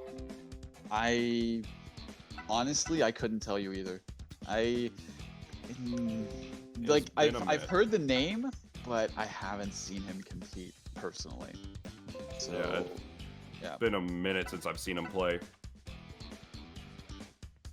But we're gonna see what they're running these days. between these two, I'm curious. So, in the case that it is still going to be an Azure, because I mean, obviously, you know, that my information on Ariyo is going to be pretty dated. But if it is Azriel, this matchup is going to be a little annoying. Because Chie does have a lot of plus frames and has a lot of like good mid-range tools to kind of seal the deal, as well as just a lot of damage to where the 18k doesn't really matter. And then Izayoi is really difficult to anti-air because your main form of anti-air is going to be the that 5A mainly. You have the 2B for the head and vuln, but you're generally going to be seeing more of the 5A. Absolutely, yeah. Let me see if I can find any more recent info.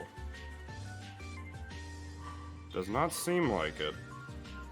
If this is the same one on Keep on Rockin', then it does look like Akatsuki Hilda, but all in all, we'll see how this is going to work out between these two. It looks like there is a little bit of issues, but while they get that sorted out, thanks again for tuning in for the 15-15. We are still on round one, so it's been a long stream so far, going on that 2 hours 50-minute mark, but definitely has been exciting all the way through, and more BBTAG action coming down to it.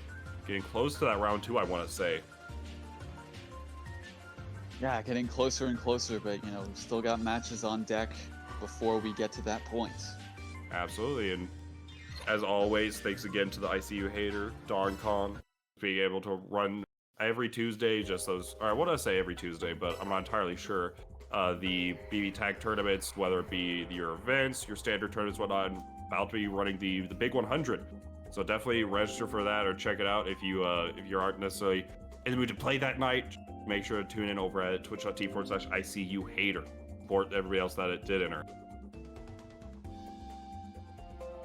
Looks like we will be just a moment with that.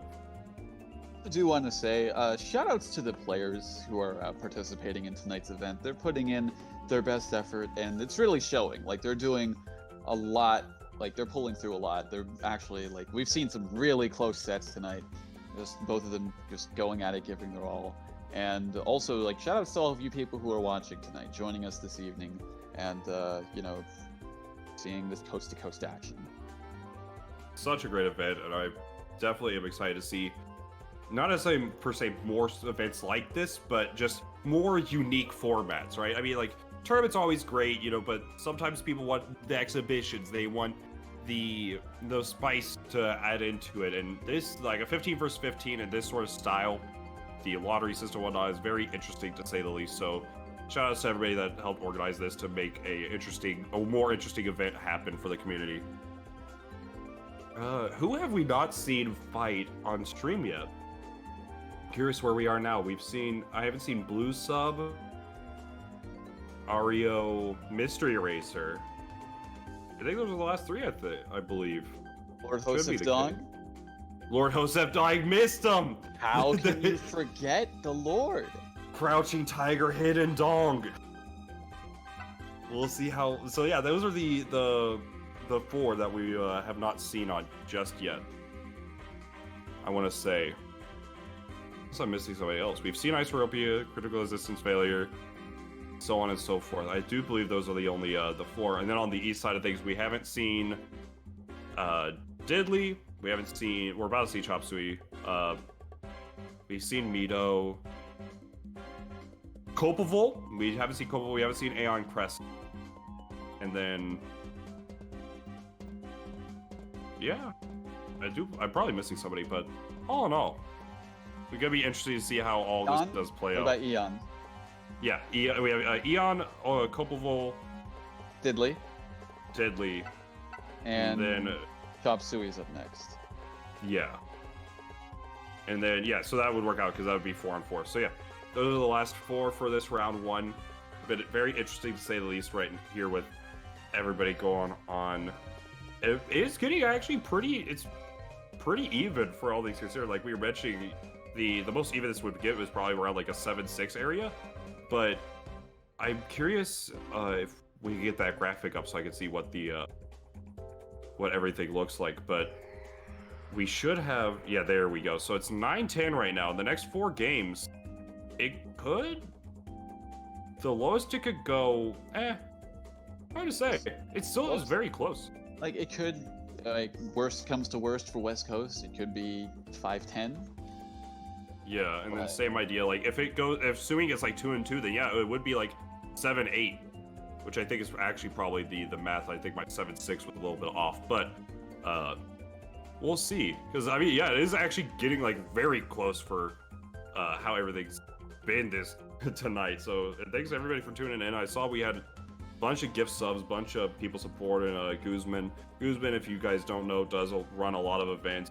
PC Tag and Chill, PS4, BBTAG and Chill, tons of different things, and always try to support the community. So shouts out to him. Make sure to follow while you're here, sub, all the nonsense while we get everything sorted out between all the players tonight.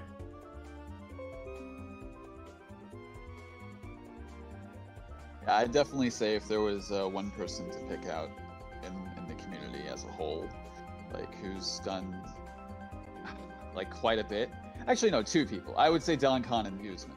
Both of them have been pulling through and doing so much work for the BBTAG community. Yeah, just constantly putting out events and whatnot. So thanks to them for always doing what they do. And it looks like we are doing a full restart to get all the sort of connectivity issues solved. So let's see how that's going to play out. It will take just a moment.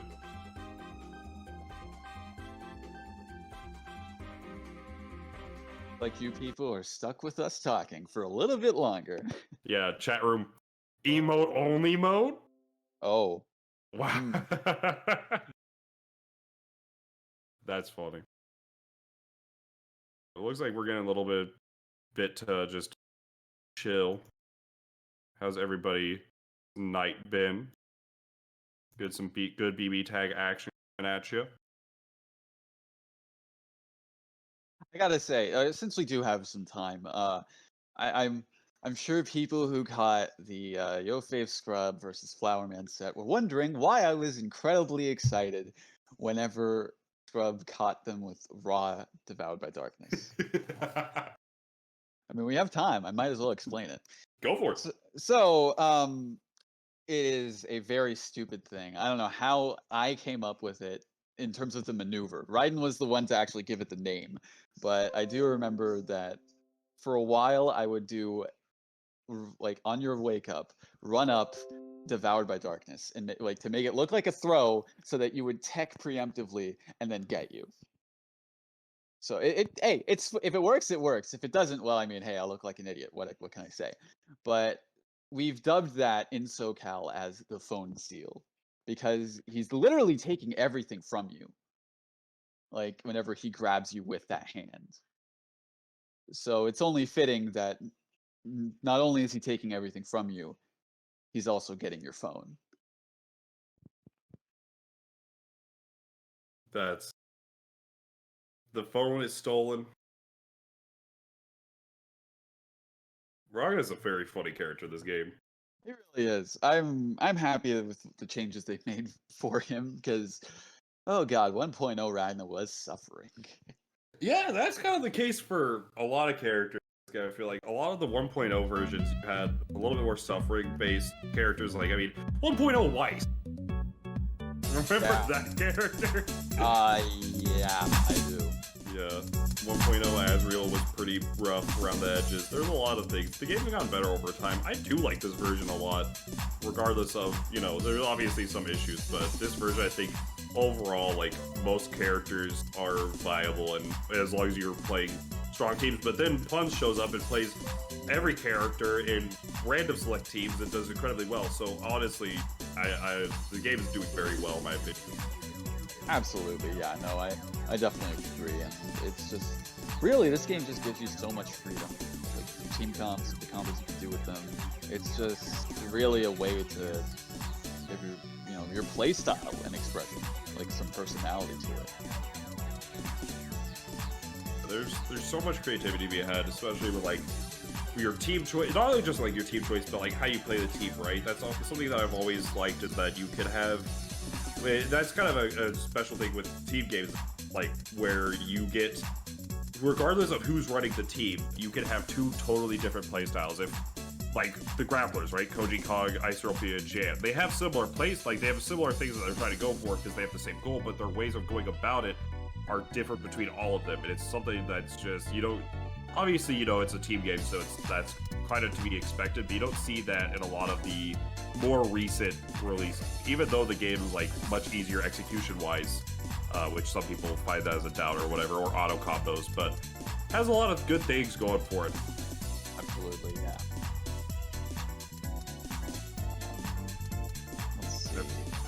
Looks like we're getting kind of back into it. Looks like they're kind of testing connections and things like that.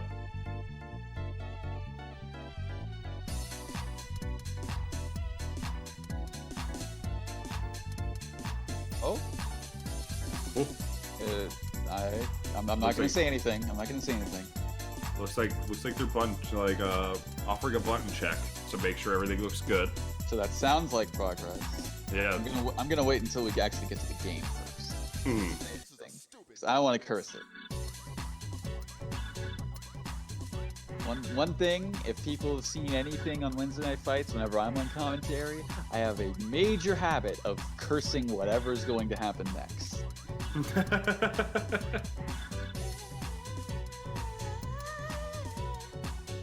I'm curious who's been so. Out of the four that we mentioned, I mean, obviously we're gonna have Ariyo versus Chopsuey, but I'm curious out of the remaining players who we're gonna see fight who. There's a lot of interesting matchups to be had between everybody, I think.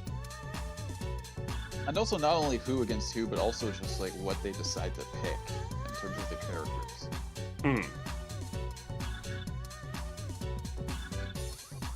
So, yeah, I think they mentioned button checks, right? Yeah, okay. It looks like they're going into it with a button check. Yeah, just everything. Make sure everything's all squared away.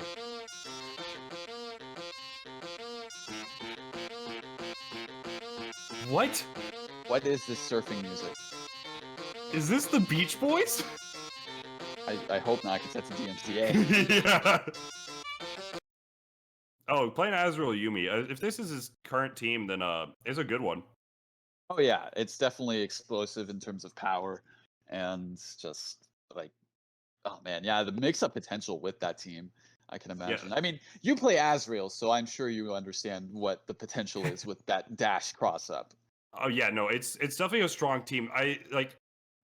Azrael has a lot of good things in this game, and I'm notorious for downplaying or whatnot with him, but this team has a lot of good options to it. It's not going to be as strong as like. It's not his best team by, it's very funny, because Azrael has, in my opinion, has a thing where he has, like, this team is probably like a second or third best, but it's still pretty far behind Azrael Adachi on just how dumb that team synergizes.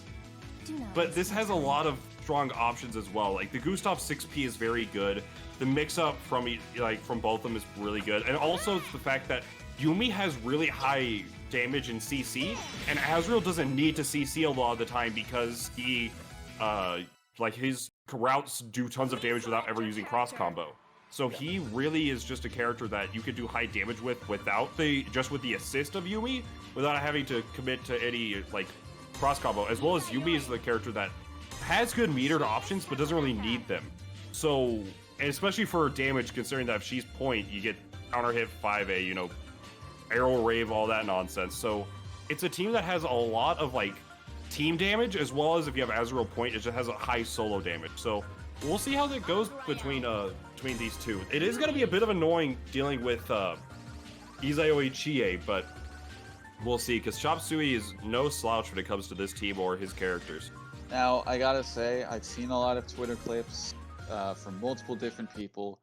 Don't get happy birthday round start if Chie is on the screen. Oh, absolutely not. This is it's even with Azrael's 18k, it don't matter. He gonna explode. Yeah. So I'm really hoping that this is for Aryo's sake that doesn't happen. Is this what I think it is? What is this? I will feast Is this until Dame I'm Dame? satisfied. I am the It is. Oh my god, it is. I hate This is Okay. All right, so we went from BBTAG to Yakuza. Here we go. I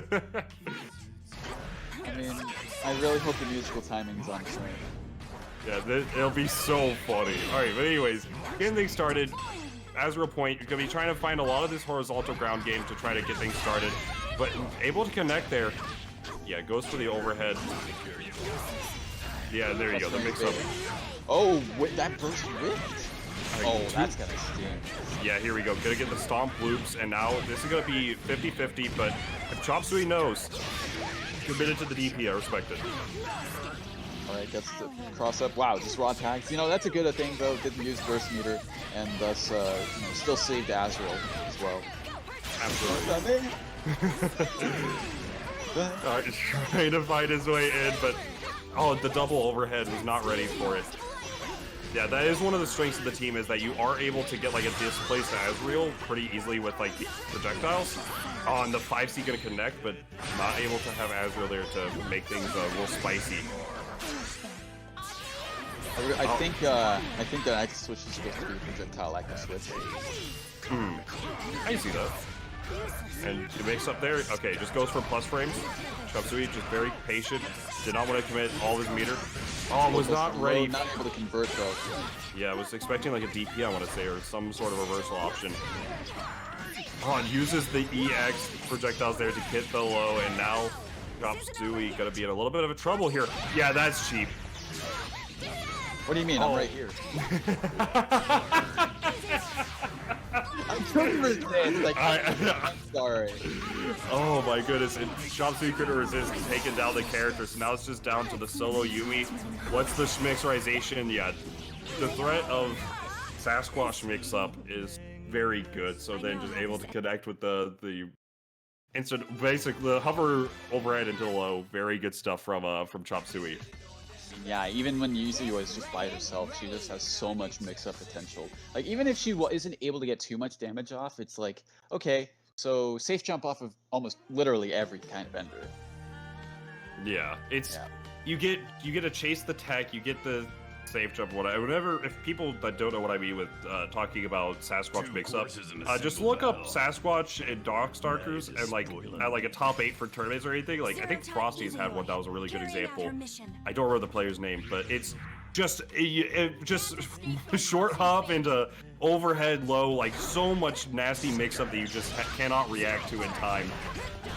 Like that, how are you supposed to react to the double overhead? Very good play from Chopsuey. Nice use of backdash.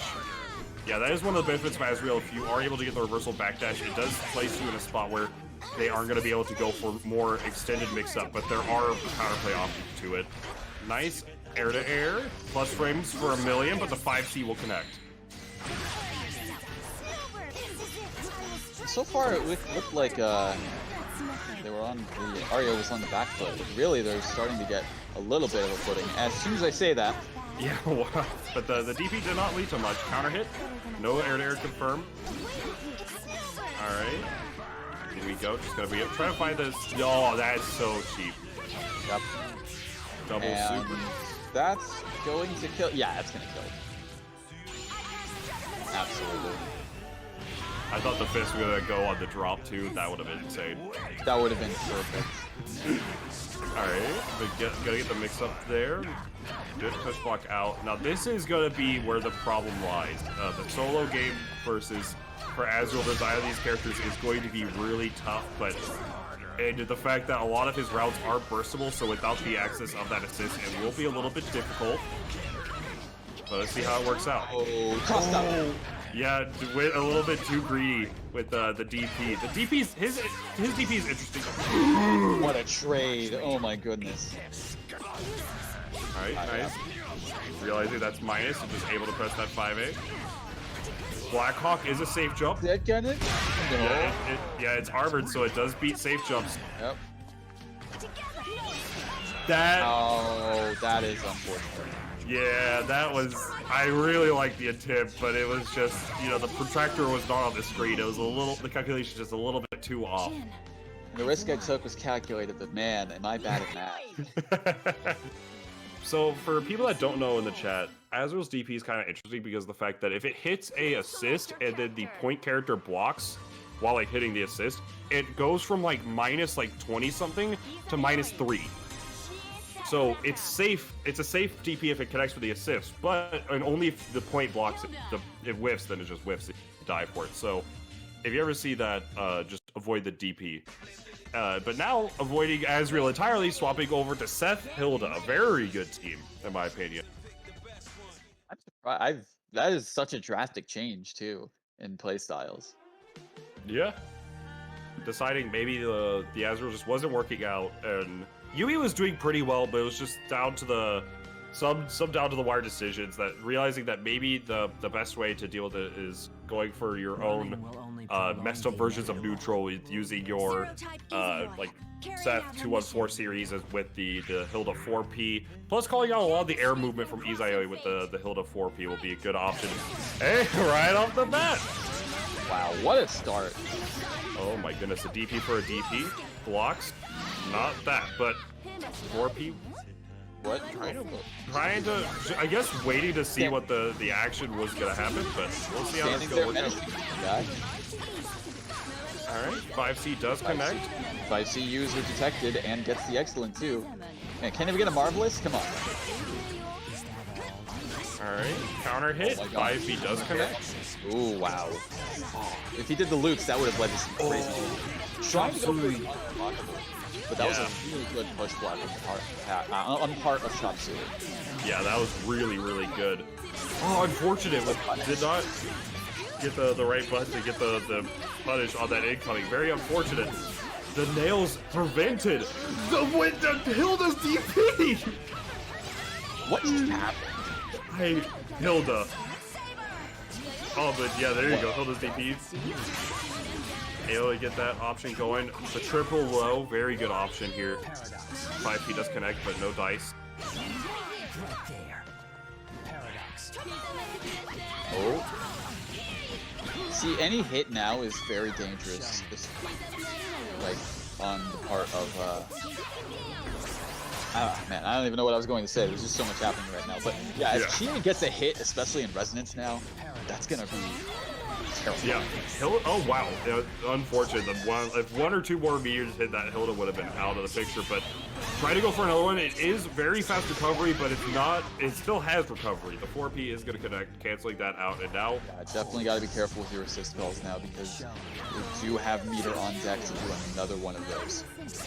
Trying to bait out everything. Nice active switch, but does not matter. The aerial DP will connect. Try to get something going. The nails will connect. Just barely. Only not able to kill.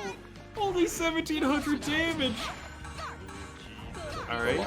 The longer you let this TA live, the more of a risk it's gonna be. And the Hilda JB recovery until landing. Oh, wait for the throw? Wait for the DP? Oh, this is unfortunate. Is he dead? No, he's not dead. No. The routing wouldn't allow it. Yeah. Trying to find his way. Oh, barely. What? Trying to.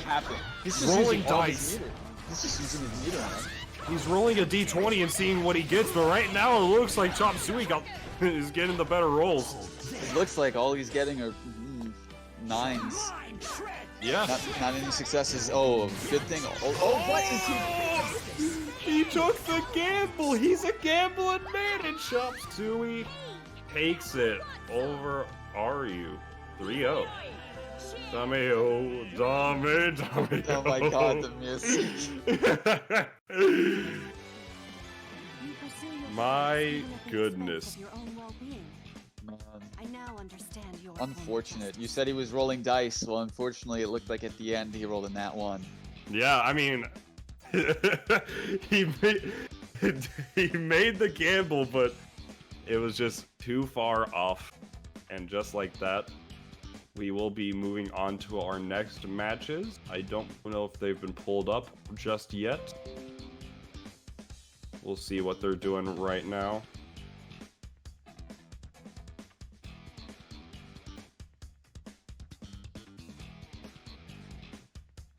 It looks like they're also discussing potential change-ups to the formatting. We'll see how it's gonna go. Okay, so Liz versus, or Diddley rather, versus Bluesub. So Bluesub, I'm aware of the player. I'm not super familiar with him. Can you tell me about him?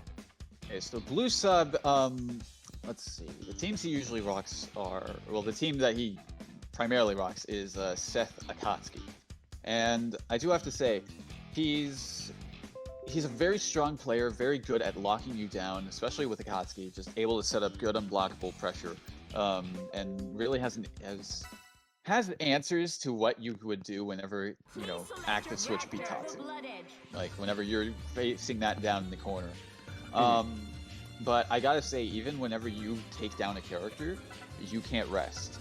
I have seen him make comebacks from almost, like, no health against somebody who's completely healthy on both his characters. I have seen him make comebacks with it, like, either one of his characters. So he is definitely one of those players where he is a cornered beast. You do not want to mess with him. You do not want to take him lightly. Yeah, this is, because I've seen him play a little bit in the DonCon events, but usually I see him mainly, like, the only times I really see him is in DonCon events. So it'll be interesting to see him, you know, today, because I have not personally got to, like, really sit down and watch him play. So that'll be interesting. But on the side of Diddley, going to be a Georgia player.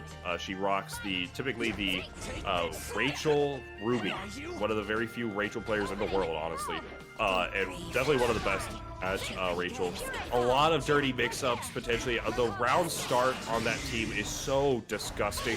I'm curious to see how DonCon is going to react to the unreactable mix-up and just the sheer oppressive neutral that is related to Rachel 4P.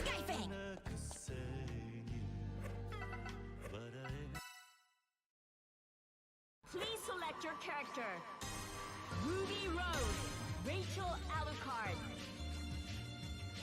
Alright, but it looks like we're gonna get started here. Akatsuki. With, yeah, like you mentioned, the Seth Akatsuki versus the Ruby Rachel. Deadly rocking it on the player 1, Bluesub player 2, East versus West. Let's get it. Coming down towards the end of this round 1. Ready, get ready.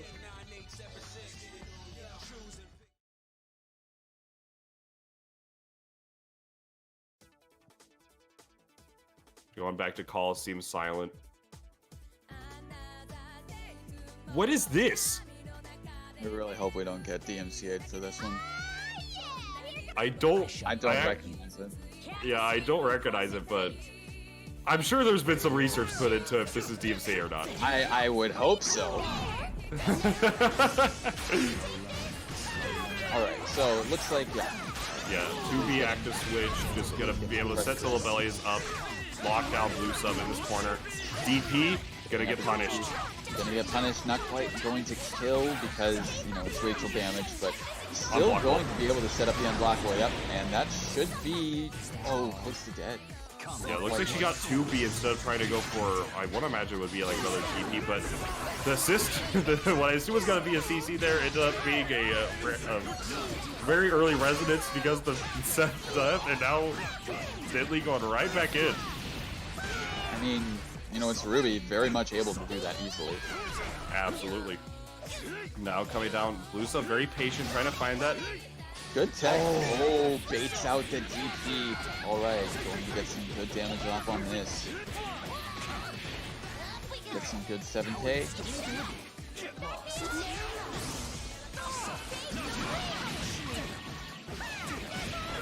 Alright.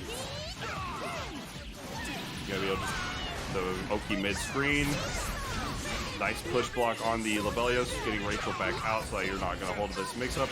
George, hold the fort. Diamond hands. As always, George having the terrifying presence perk. Yeah, like that. George is insane.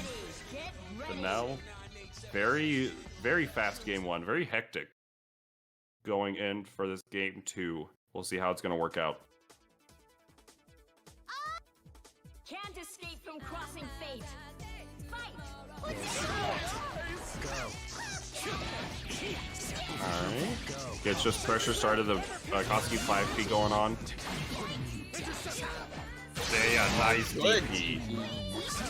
Oh, gets caught, and now gonna be all of this damage is unrecoverable. Gonna be getting everything started, but a little bit too shy on the 4P, but it don't matter. Gonna be able to get the confirm. Yep, and it's all it's so mixed. Oh my goodness. Like, what do you do against that? Pray. Like, seriously, you just gotta be lucky. There's George. George. The king roams. Alright, now CC sandwich off of the George setup. And now there's gonna be another, it's so dirty of a setup. TempestNYC. If you don't take it, it's obviously gonna combo. In that situation, it didn't lead to like air unblockable, but it's still very good. Wow, very fortunate for Bluesub. Finds his opportunity. How did he get back into the corner? I don't even know. I don't even know what happened. Avoids the burst, but not able to get a punish. Unfortunately, not in resonance and not able to convert off of that solo. Oh, what? Catching Blaze flinching. Not quite going to kill. So we down to the just this last bit. All right, what's the situation? Sandwich. Oh, B Siphon active switch. Who could have guessed? Not me. I got hit. I got hit. Absolutely. But as I was saying before, you saw the deficit that Bluesub had whenever Akatsuki went down, and then whenever Seth was still getting hit, he had almost no health to speak of. But he was able to bring it back to that point. Can't escape from crossing fate. Now going back into it. Go. Looks like it's gonna be set point for Liz. This mix-up could really start things off. Another TempestNYC gets the mix-up. That's the other thing about it. It either sets up for the air unblockable, or you just have to block an instant high-low with the Frog King just covering you. Nice DP from Bluesub.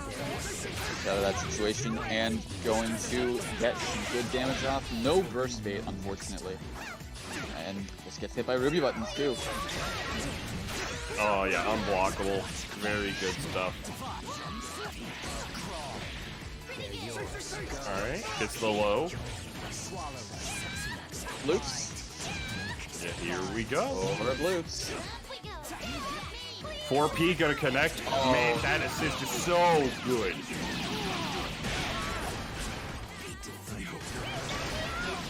I got very good stuff. Yeah, that's insane. I actually didn't even see where Ruby went.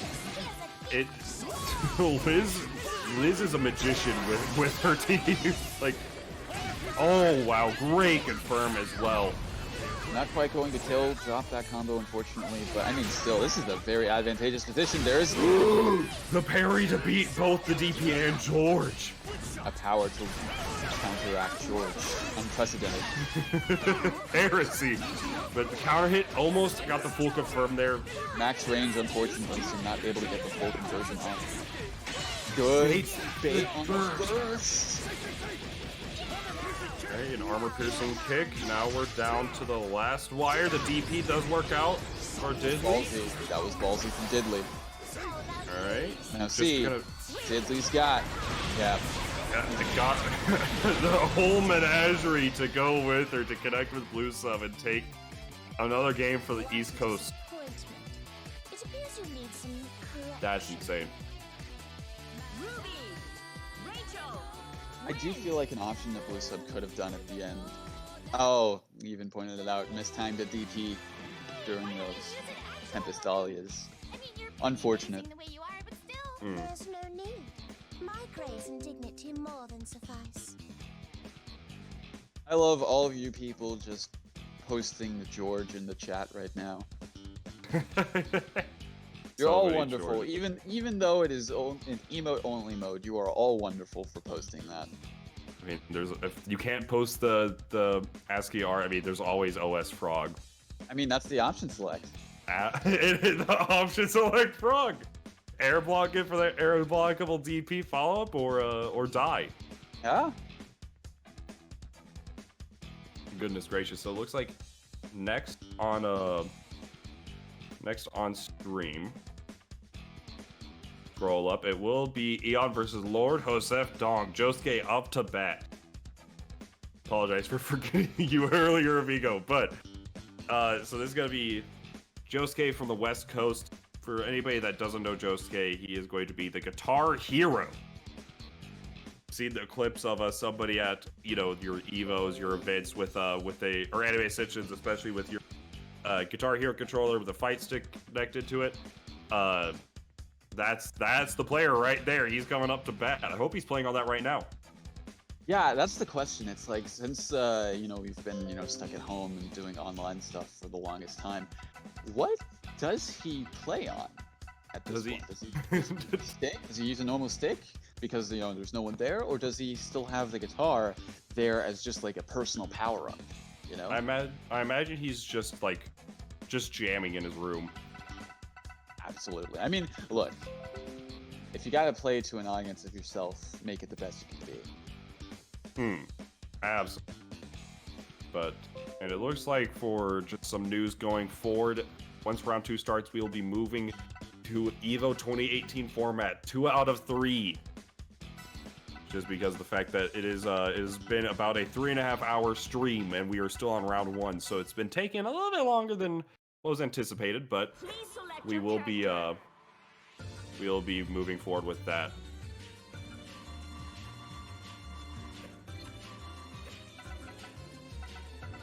The chat room's acting up. It's immediate back to emote only. Liz, what have you done? I mean, it's Liz. I'm not surprised at this point. This happens every time I see her on stream. Her shitposting powers go too far. It's because Liz can't shitpost while she's playing. So everyone else has to make up for it. She has a legion of shitposters. Oh, that's funny. Never change, chat. Never change. Alright. So let's see how this is going to look out in this set. It will be, like mentioned, Lord of Septong versus Aeon. We talked about the Guitar Hero. We didn't talk about his team, typically rocking the 2 protagonists. If I do believe he hasn't changed it off, right? With the Ragna Hyde. Yes, Ragna Hyde definitely has been the mainstay for him. I mean, hey, it's worked out this long. Might as well keep at it. Like, absolutely. Yeah, just like what he's able to do with this team, you can definitely tell he's pretty much mastered it. Yeah, and on the East Coast side of things, we do have Eon Crescent, Neoceleste Gaming's very own. Gonna be rocking looks like gonna be going with his standard team of the Blake Yumi. Just waiting to see. I think this is a standoff to see who gets song stage select.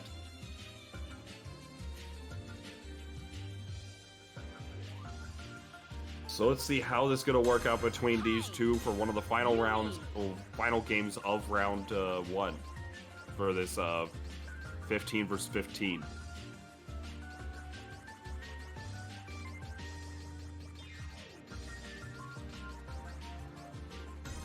Going with I want to say that's not monochrome memory. I don't believe it is.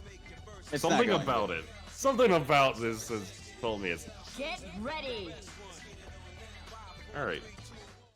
Going in with game 1 of this set.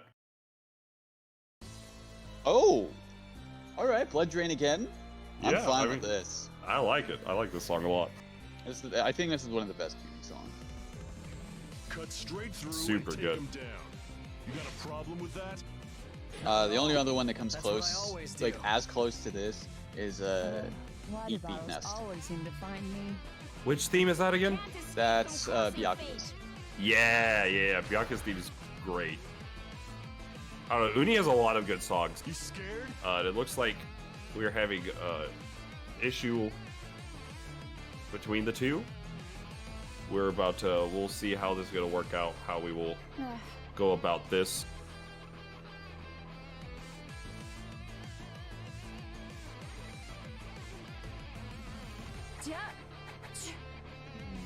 You scared? Alright, looks like there's some corrections being made. Alright. Going back into it. Please select your character. All right. Blooded. Hyde. Blake Belladonna. Yumi. And once again, thanks everybody for tuning in to some BBTAG action here. I know it's getting a little bit late on the west side of things, almost midnight. East side of things. Yeah, my bad. It's late. It's almost midnight. But I understand. And then West Coast obviously not gonna be as late, but still get a little bit into that night. And then as well as all the Japanese viewers, thanks again for tuning in. I know it's early morning over there, so thank y'all very much. You have more BBTAG action coming up, though I do believe the format is set to change after this round 1. It looks like they're figuring out some issues with potentially the client side settings between the two players. We're gonna get all this sorted out. But thanks again for tuning in to the 15 vs 15 East vs West Parsec Invitational, hosted by Ryozo, Guzman, and fellow commentator Master Chief. Always a pleasure, no doubt. And again, yeah, thank you to all of the players and everyone who's decided to join us. It's good to have so much support. Like, goodness gracious, 250 viewers on the stream right now. Wow. That's a lot. I think a lot of people came off the ESL hype. Yeah. Well, again, big thanks to all of you for coming in, showing your support, and you know, just watching these coast-to-coast titans battle it out against each other.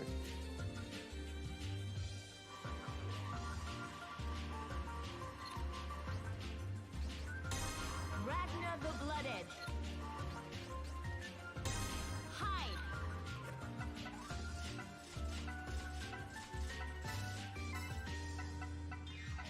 Man, this has been a fantastic set so far. I gotta say, yeah, like, oh, go ahead. Oh, I was gonna say, even for like, because it's lottery system, so you're getting like, you know, you're randomly drawing, but your matches, but like, it just feels like they've been very good. Even like, you know, matches that have been like 3-0 or whatnot, they've still had like close bits to them. Yeah, it hasn't like really been like, oh, this guy got perfect hit or something like that. It hasn't been an absolute curb stomp. Like, it's just been, you know, they're still showing signs of life. Like I said, Bluesub, down almost to no health with his characters, and able to just bring it to almost a complete turnaround. It's been such a good night for BBTAG. So let's see, get some more action coming at you. Hopefully all the settings are right, and we're gonna be good to go in between Lord Hoseph Dawn and Eon Crescent. And of course, driving the 5A round start. Jesus kick is called it for a reason. Oh, a couple of jabs for the Yumi. Nice active switch and a good burst option. Oh, and a happy birthday. Oh, that's such a good option for that team. Using the projectile plus the 6P, gonna be able to convert in on case of hit, and then you get a really cheap mix-up on block, and great push block from Hoseph.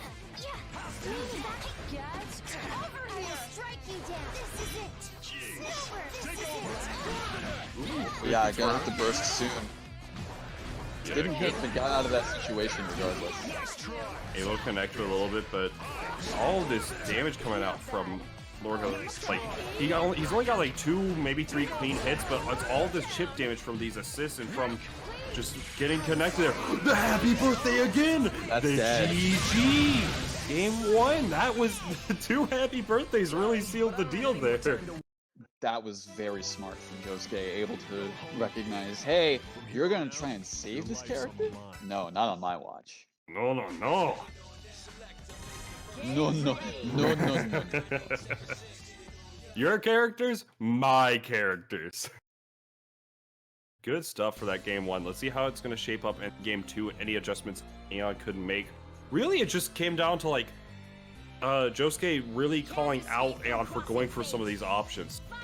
Round star DP to beat the kick. That is cojones if I've seen them. I mean, he still got hit by the assist, but you know, you gotta respect that. You gotta be like, wow, okay, he had the balls to do that option. Yeah, absolutely. Like, it definitely, like, you're still gonna hold that chip there, but it's about the message.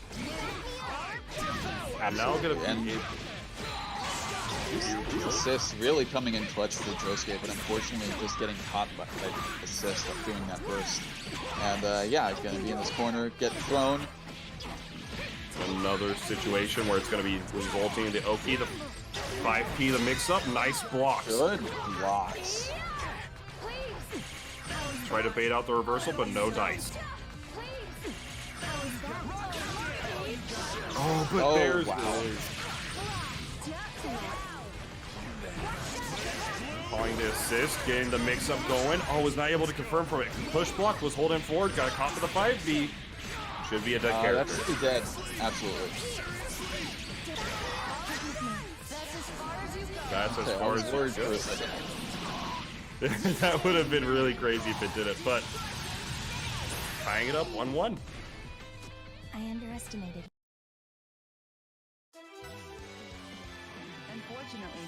Let's see how it's going to work out this set for game 2. Or game 3, rather. Game 2 went to the side of Aeon. Game 1 to Josuke. Was not able to find those happy birthdays this time.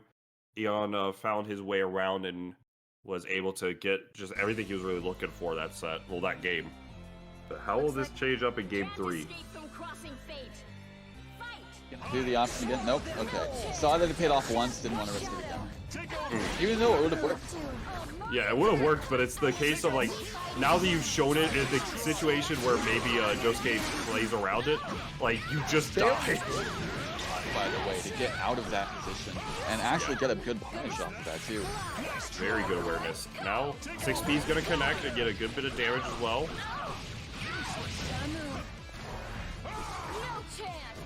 Alright, 6P does connect on the active switch. Blake is going to get a good bit of health back though, so that's good, but the Gauntlet Hades.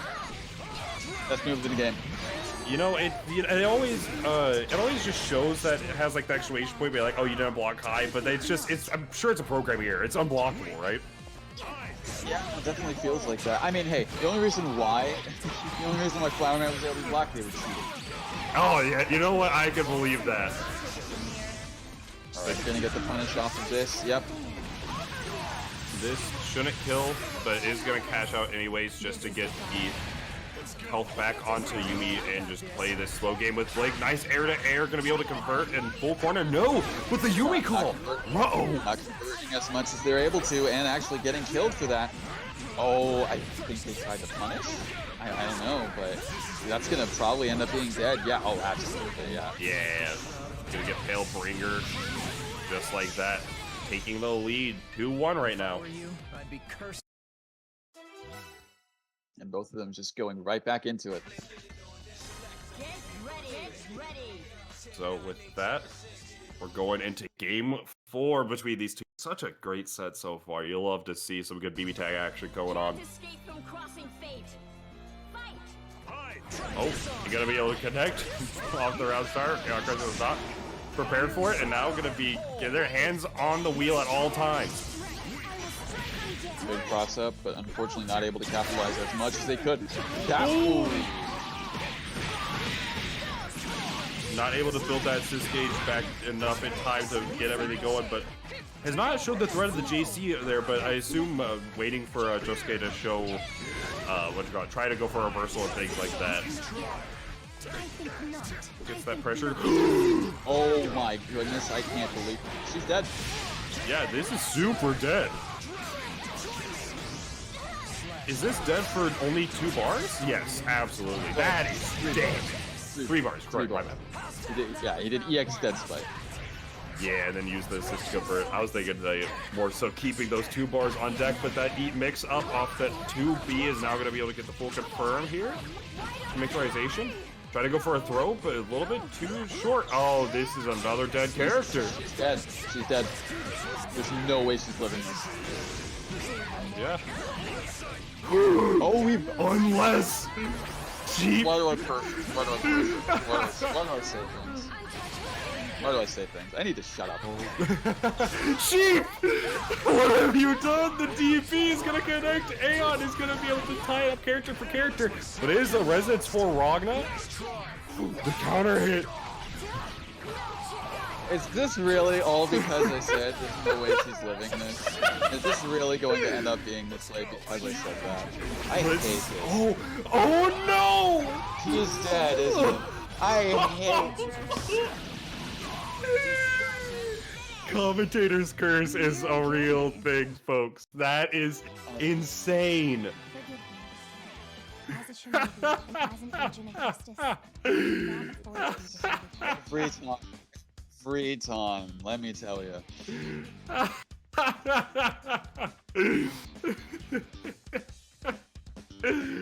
Oh my god. Get ready. Goodness gracious, that is something. But tying up the set 2-for-2, game 5. Can't escape from crossing fate. Fight. Now gonna get this pressure started. The 2C is gonna connect, and now push block out. 6Ps are gonna come out to try to get some pressure going. Good blocks. Use the assist to convert. Nice DP. Alright. There's some pressure going on. Yeah, finds the hit. Gonna be able to take the full corner with this. Else Fang just to pressure. We'll rather get them into the corner. Get that corner position. What a clash! What a clash into a very good first. Yumi 5-8. And there's the JC. So good of an option. Oh, unfortunate. The DP. Stand aside. Right, well, we do have Resonance Ragna, so that is threatening. If you would, Yeah, this That could have ended definitely- badly for both sides. Yeah, this is definitely a dangerous situation for everybody involved. But the chip damage, this is going to be a ton just because of the fact of, I mean, granted, it's going to be a ton in terms of, like, Blake standards, but Josuke could find a hit here and just get all of that life back right here. But the nice mix-up on that EX.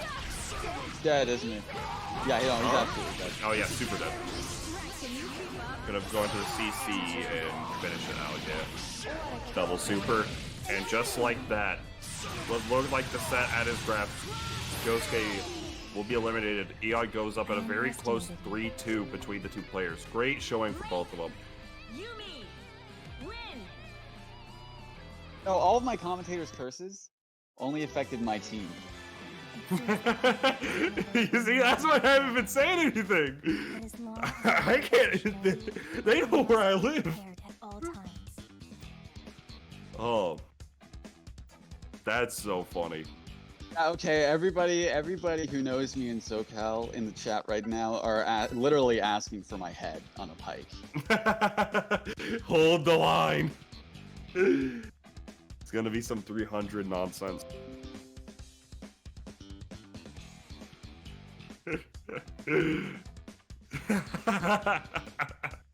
Deadly in the chat. Give me your salty bet. I don't have any. I bet them all away. Oh, that's so funny. Hey, Atkins understands my pain, but he's not going to do anything about it. He's just going to watch. He's just going to watch as everybody else mauls me to death. He's gonna commentate. Everybody. Wait a second. If he commentates it, what if he curses them? Hold on. Then you'll get a comeback. Oh my goodness. Everyone's upset at me for different reasons. All of you shut up. Alright. So it looks like we're gonna be having Colpevole versus Mystery Racer. Okay, cool. Take it back just in time. Alright, so Colpevole versus Mystery Racer. Colpevole, for people that are unaware, is a New York native, gonna be rocking Neapolitan Yumi, I want to say. I know that they're like one of the go-to Neapolitans to like learn from and whatnot, just analyze whatever footage that there is.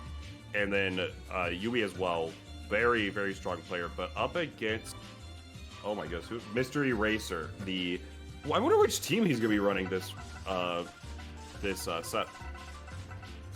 Well, Mr. Racer does have Adachi Naoto, the Shurigane, I should say.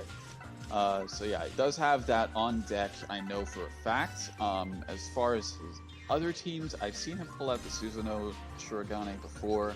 As far as I can remember, I think that's it, but my memory's not exactly the best, so we'll have to see.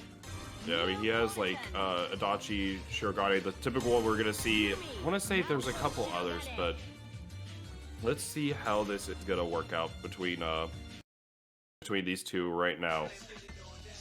So Neo versus Adachi is gonna be a little rough, to say the least.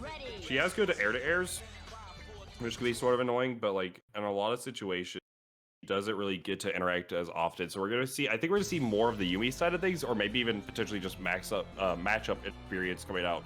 Because I mean, Neapolitan is a fun character, but not really seen too much. So granted, West Coast does have Kaiton, so we'll see how it works out between these two. That's game one. Button check. A button check. Yeah. All right. So let's.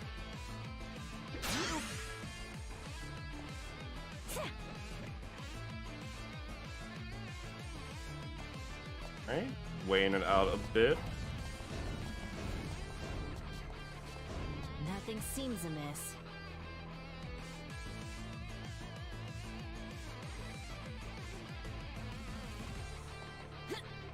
Goodness.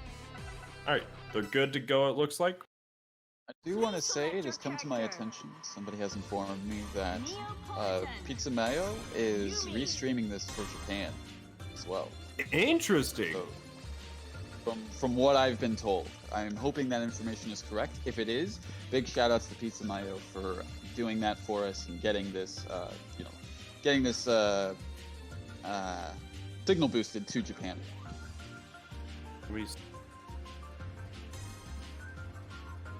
I've been banned from the stream chat. Why? I think it's because you cursed your boys. Okay. Right. See if I do anything for you guys ever again. All right, next, let's do this. Let's do this. Let's get this ball rolling. It's a pleasure. All right, so let's see. Game.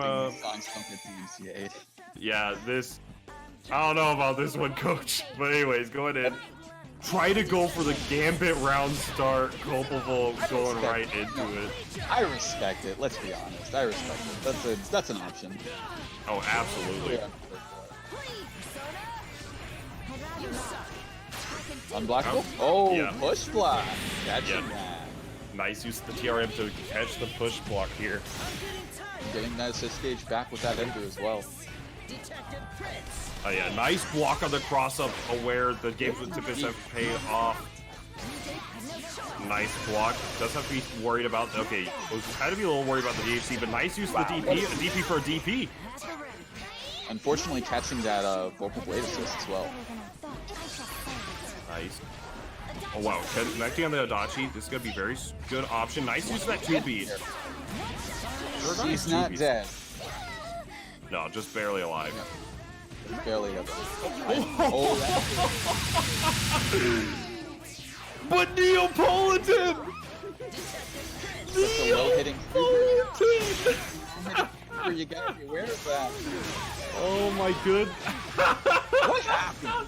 What happened towards the end? Hold on. Neapolitan. That is so funny. Oh my goodness.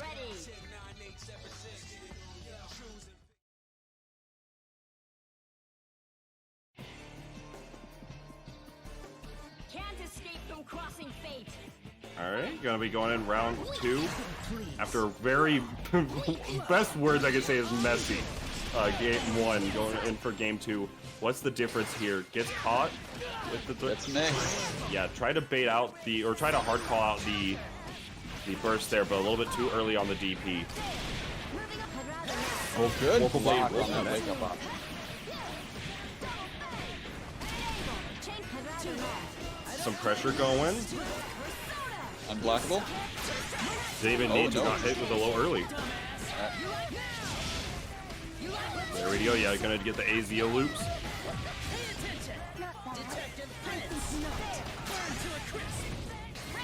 Oh yeah, gonna get all that. Neapolitan! Oh my goodness, that whiffed. And just runs into the trap as well. Just as predicted. Thank you very much. You didn't protect that. That's crazy. That's just that hurts.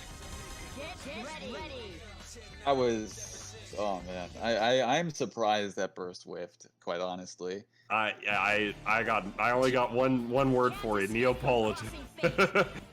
She's a very fun character, but a lot of the things you're wondering why does it work like this? But gonna go for the standard knockdown situation, gonna get pressure going. Oh, but the unfortunate CC. Yeah, able to block after the Vocal Blade, baits it out. Dead character? Only has, okay, yeah, doesn't have all of the resources available for to make him super dead. Oh, and the unfortunate drop, never mind. Hey, that's gonna do it if you spin that bar. That's gonna kill, yeah. That's gonna absolutely. Kill. Absolutely, draw opportunity. Going in for the aerial raids. Wow, I can't believe that. Oh! I'm just gonna run out this resonance as much as they can. Absolutely. Nice use of that 2B. Unfortunately, not able to get any sort of mark on them. So it's going to be a little bit rougher. Ooh, got crossed up with that super. Not punished, though. Nice. Yeah. And just like that, another game for Colpevole. Alright, we'll join up 2-1 in the set. Please select your character. Neapolitan, Yumi, Ragnar the Blooded, Naoto Shirogane. Get ready. Alright, going back into it.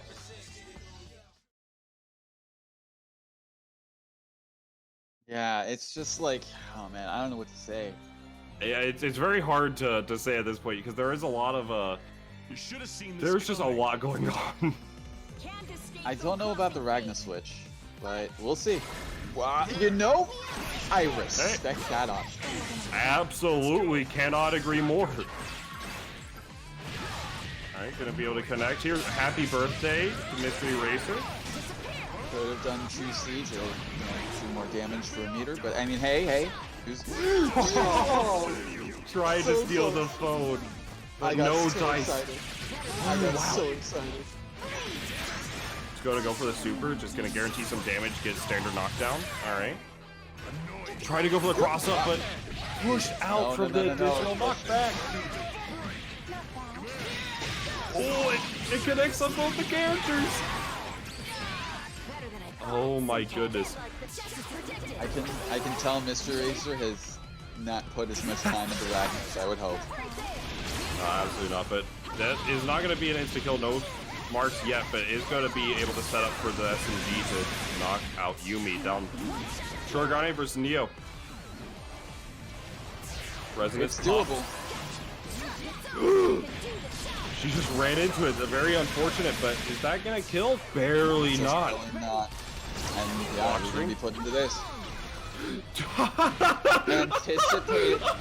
Anticipated the push block and then grabbed immediately afterwards. You gotta be kidding me! That's so unfortunate for the side of Mystery Racer. But managing to pull it off. Very good start. Wow, that's a set right there. Going 3-1 to the side of Colpevole. Oh my goodness. Man, and just like that.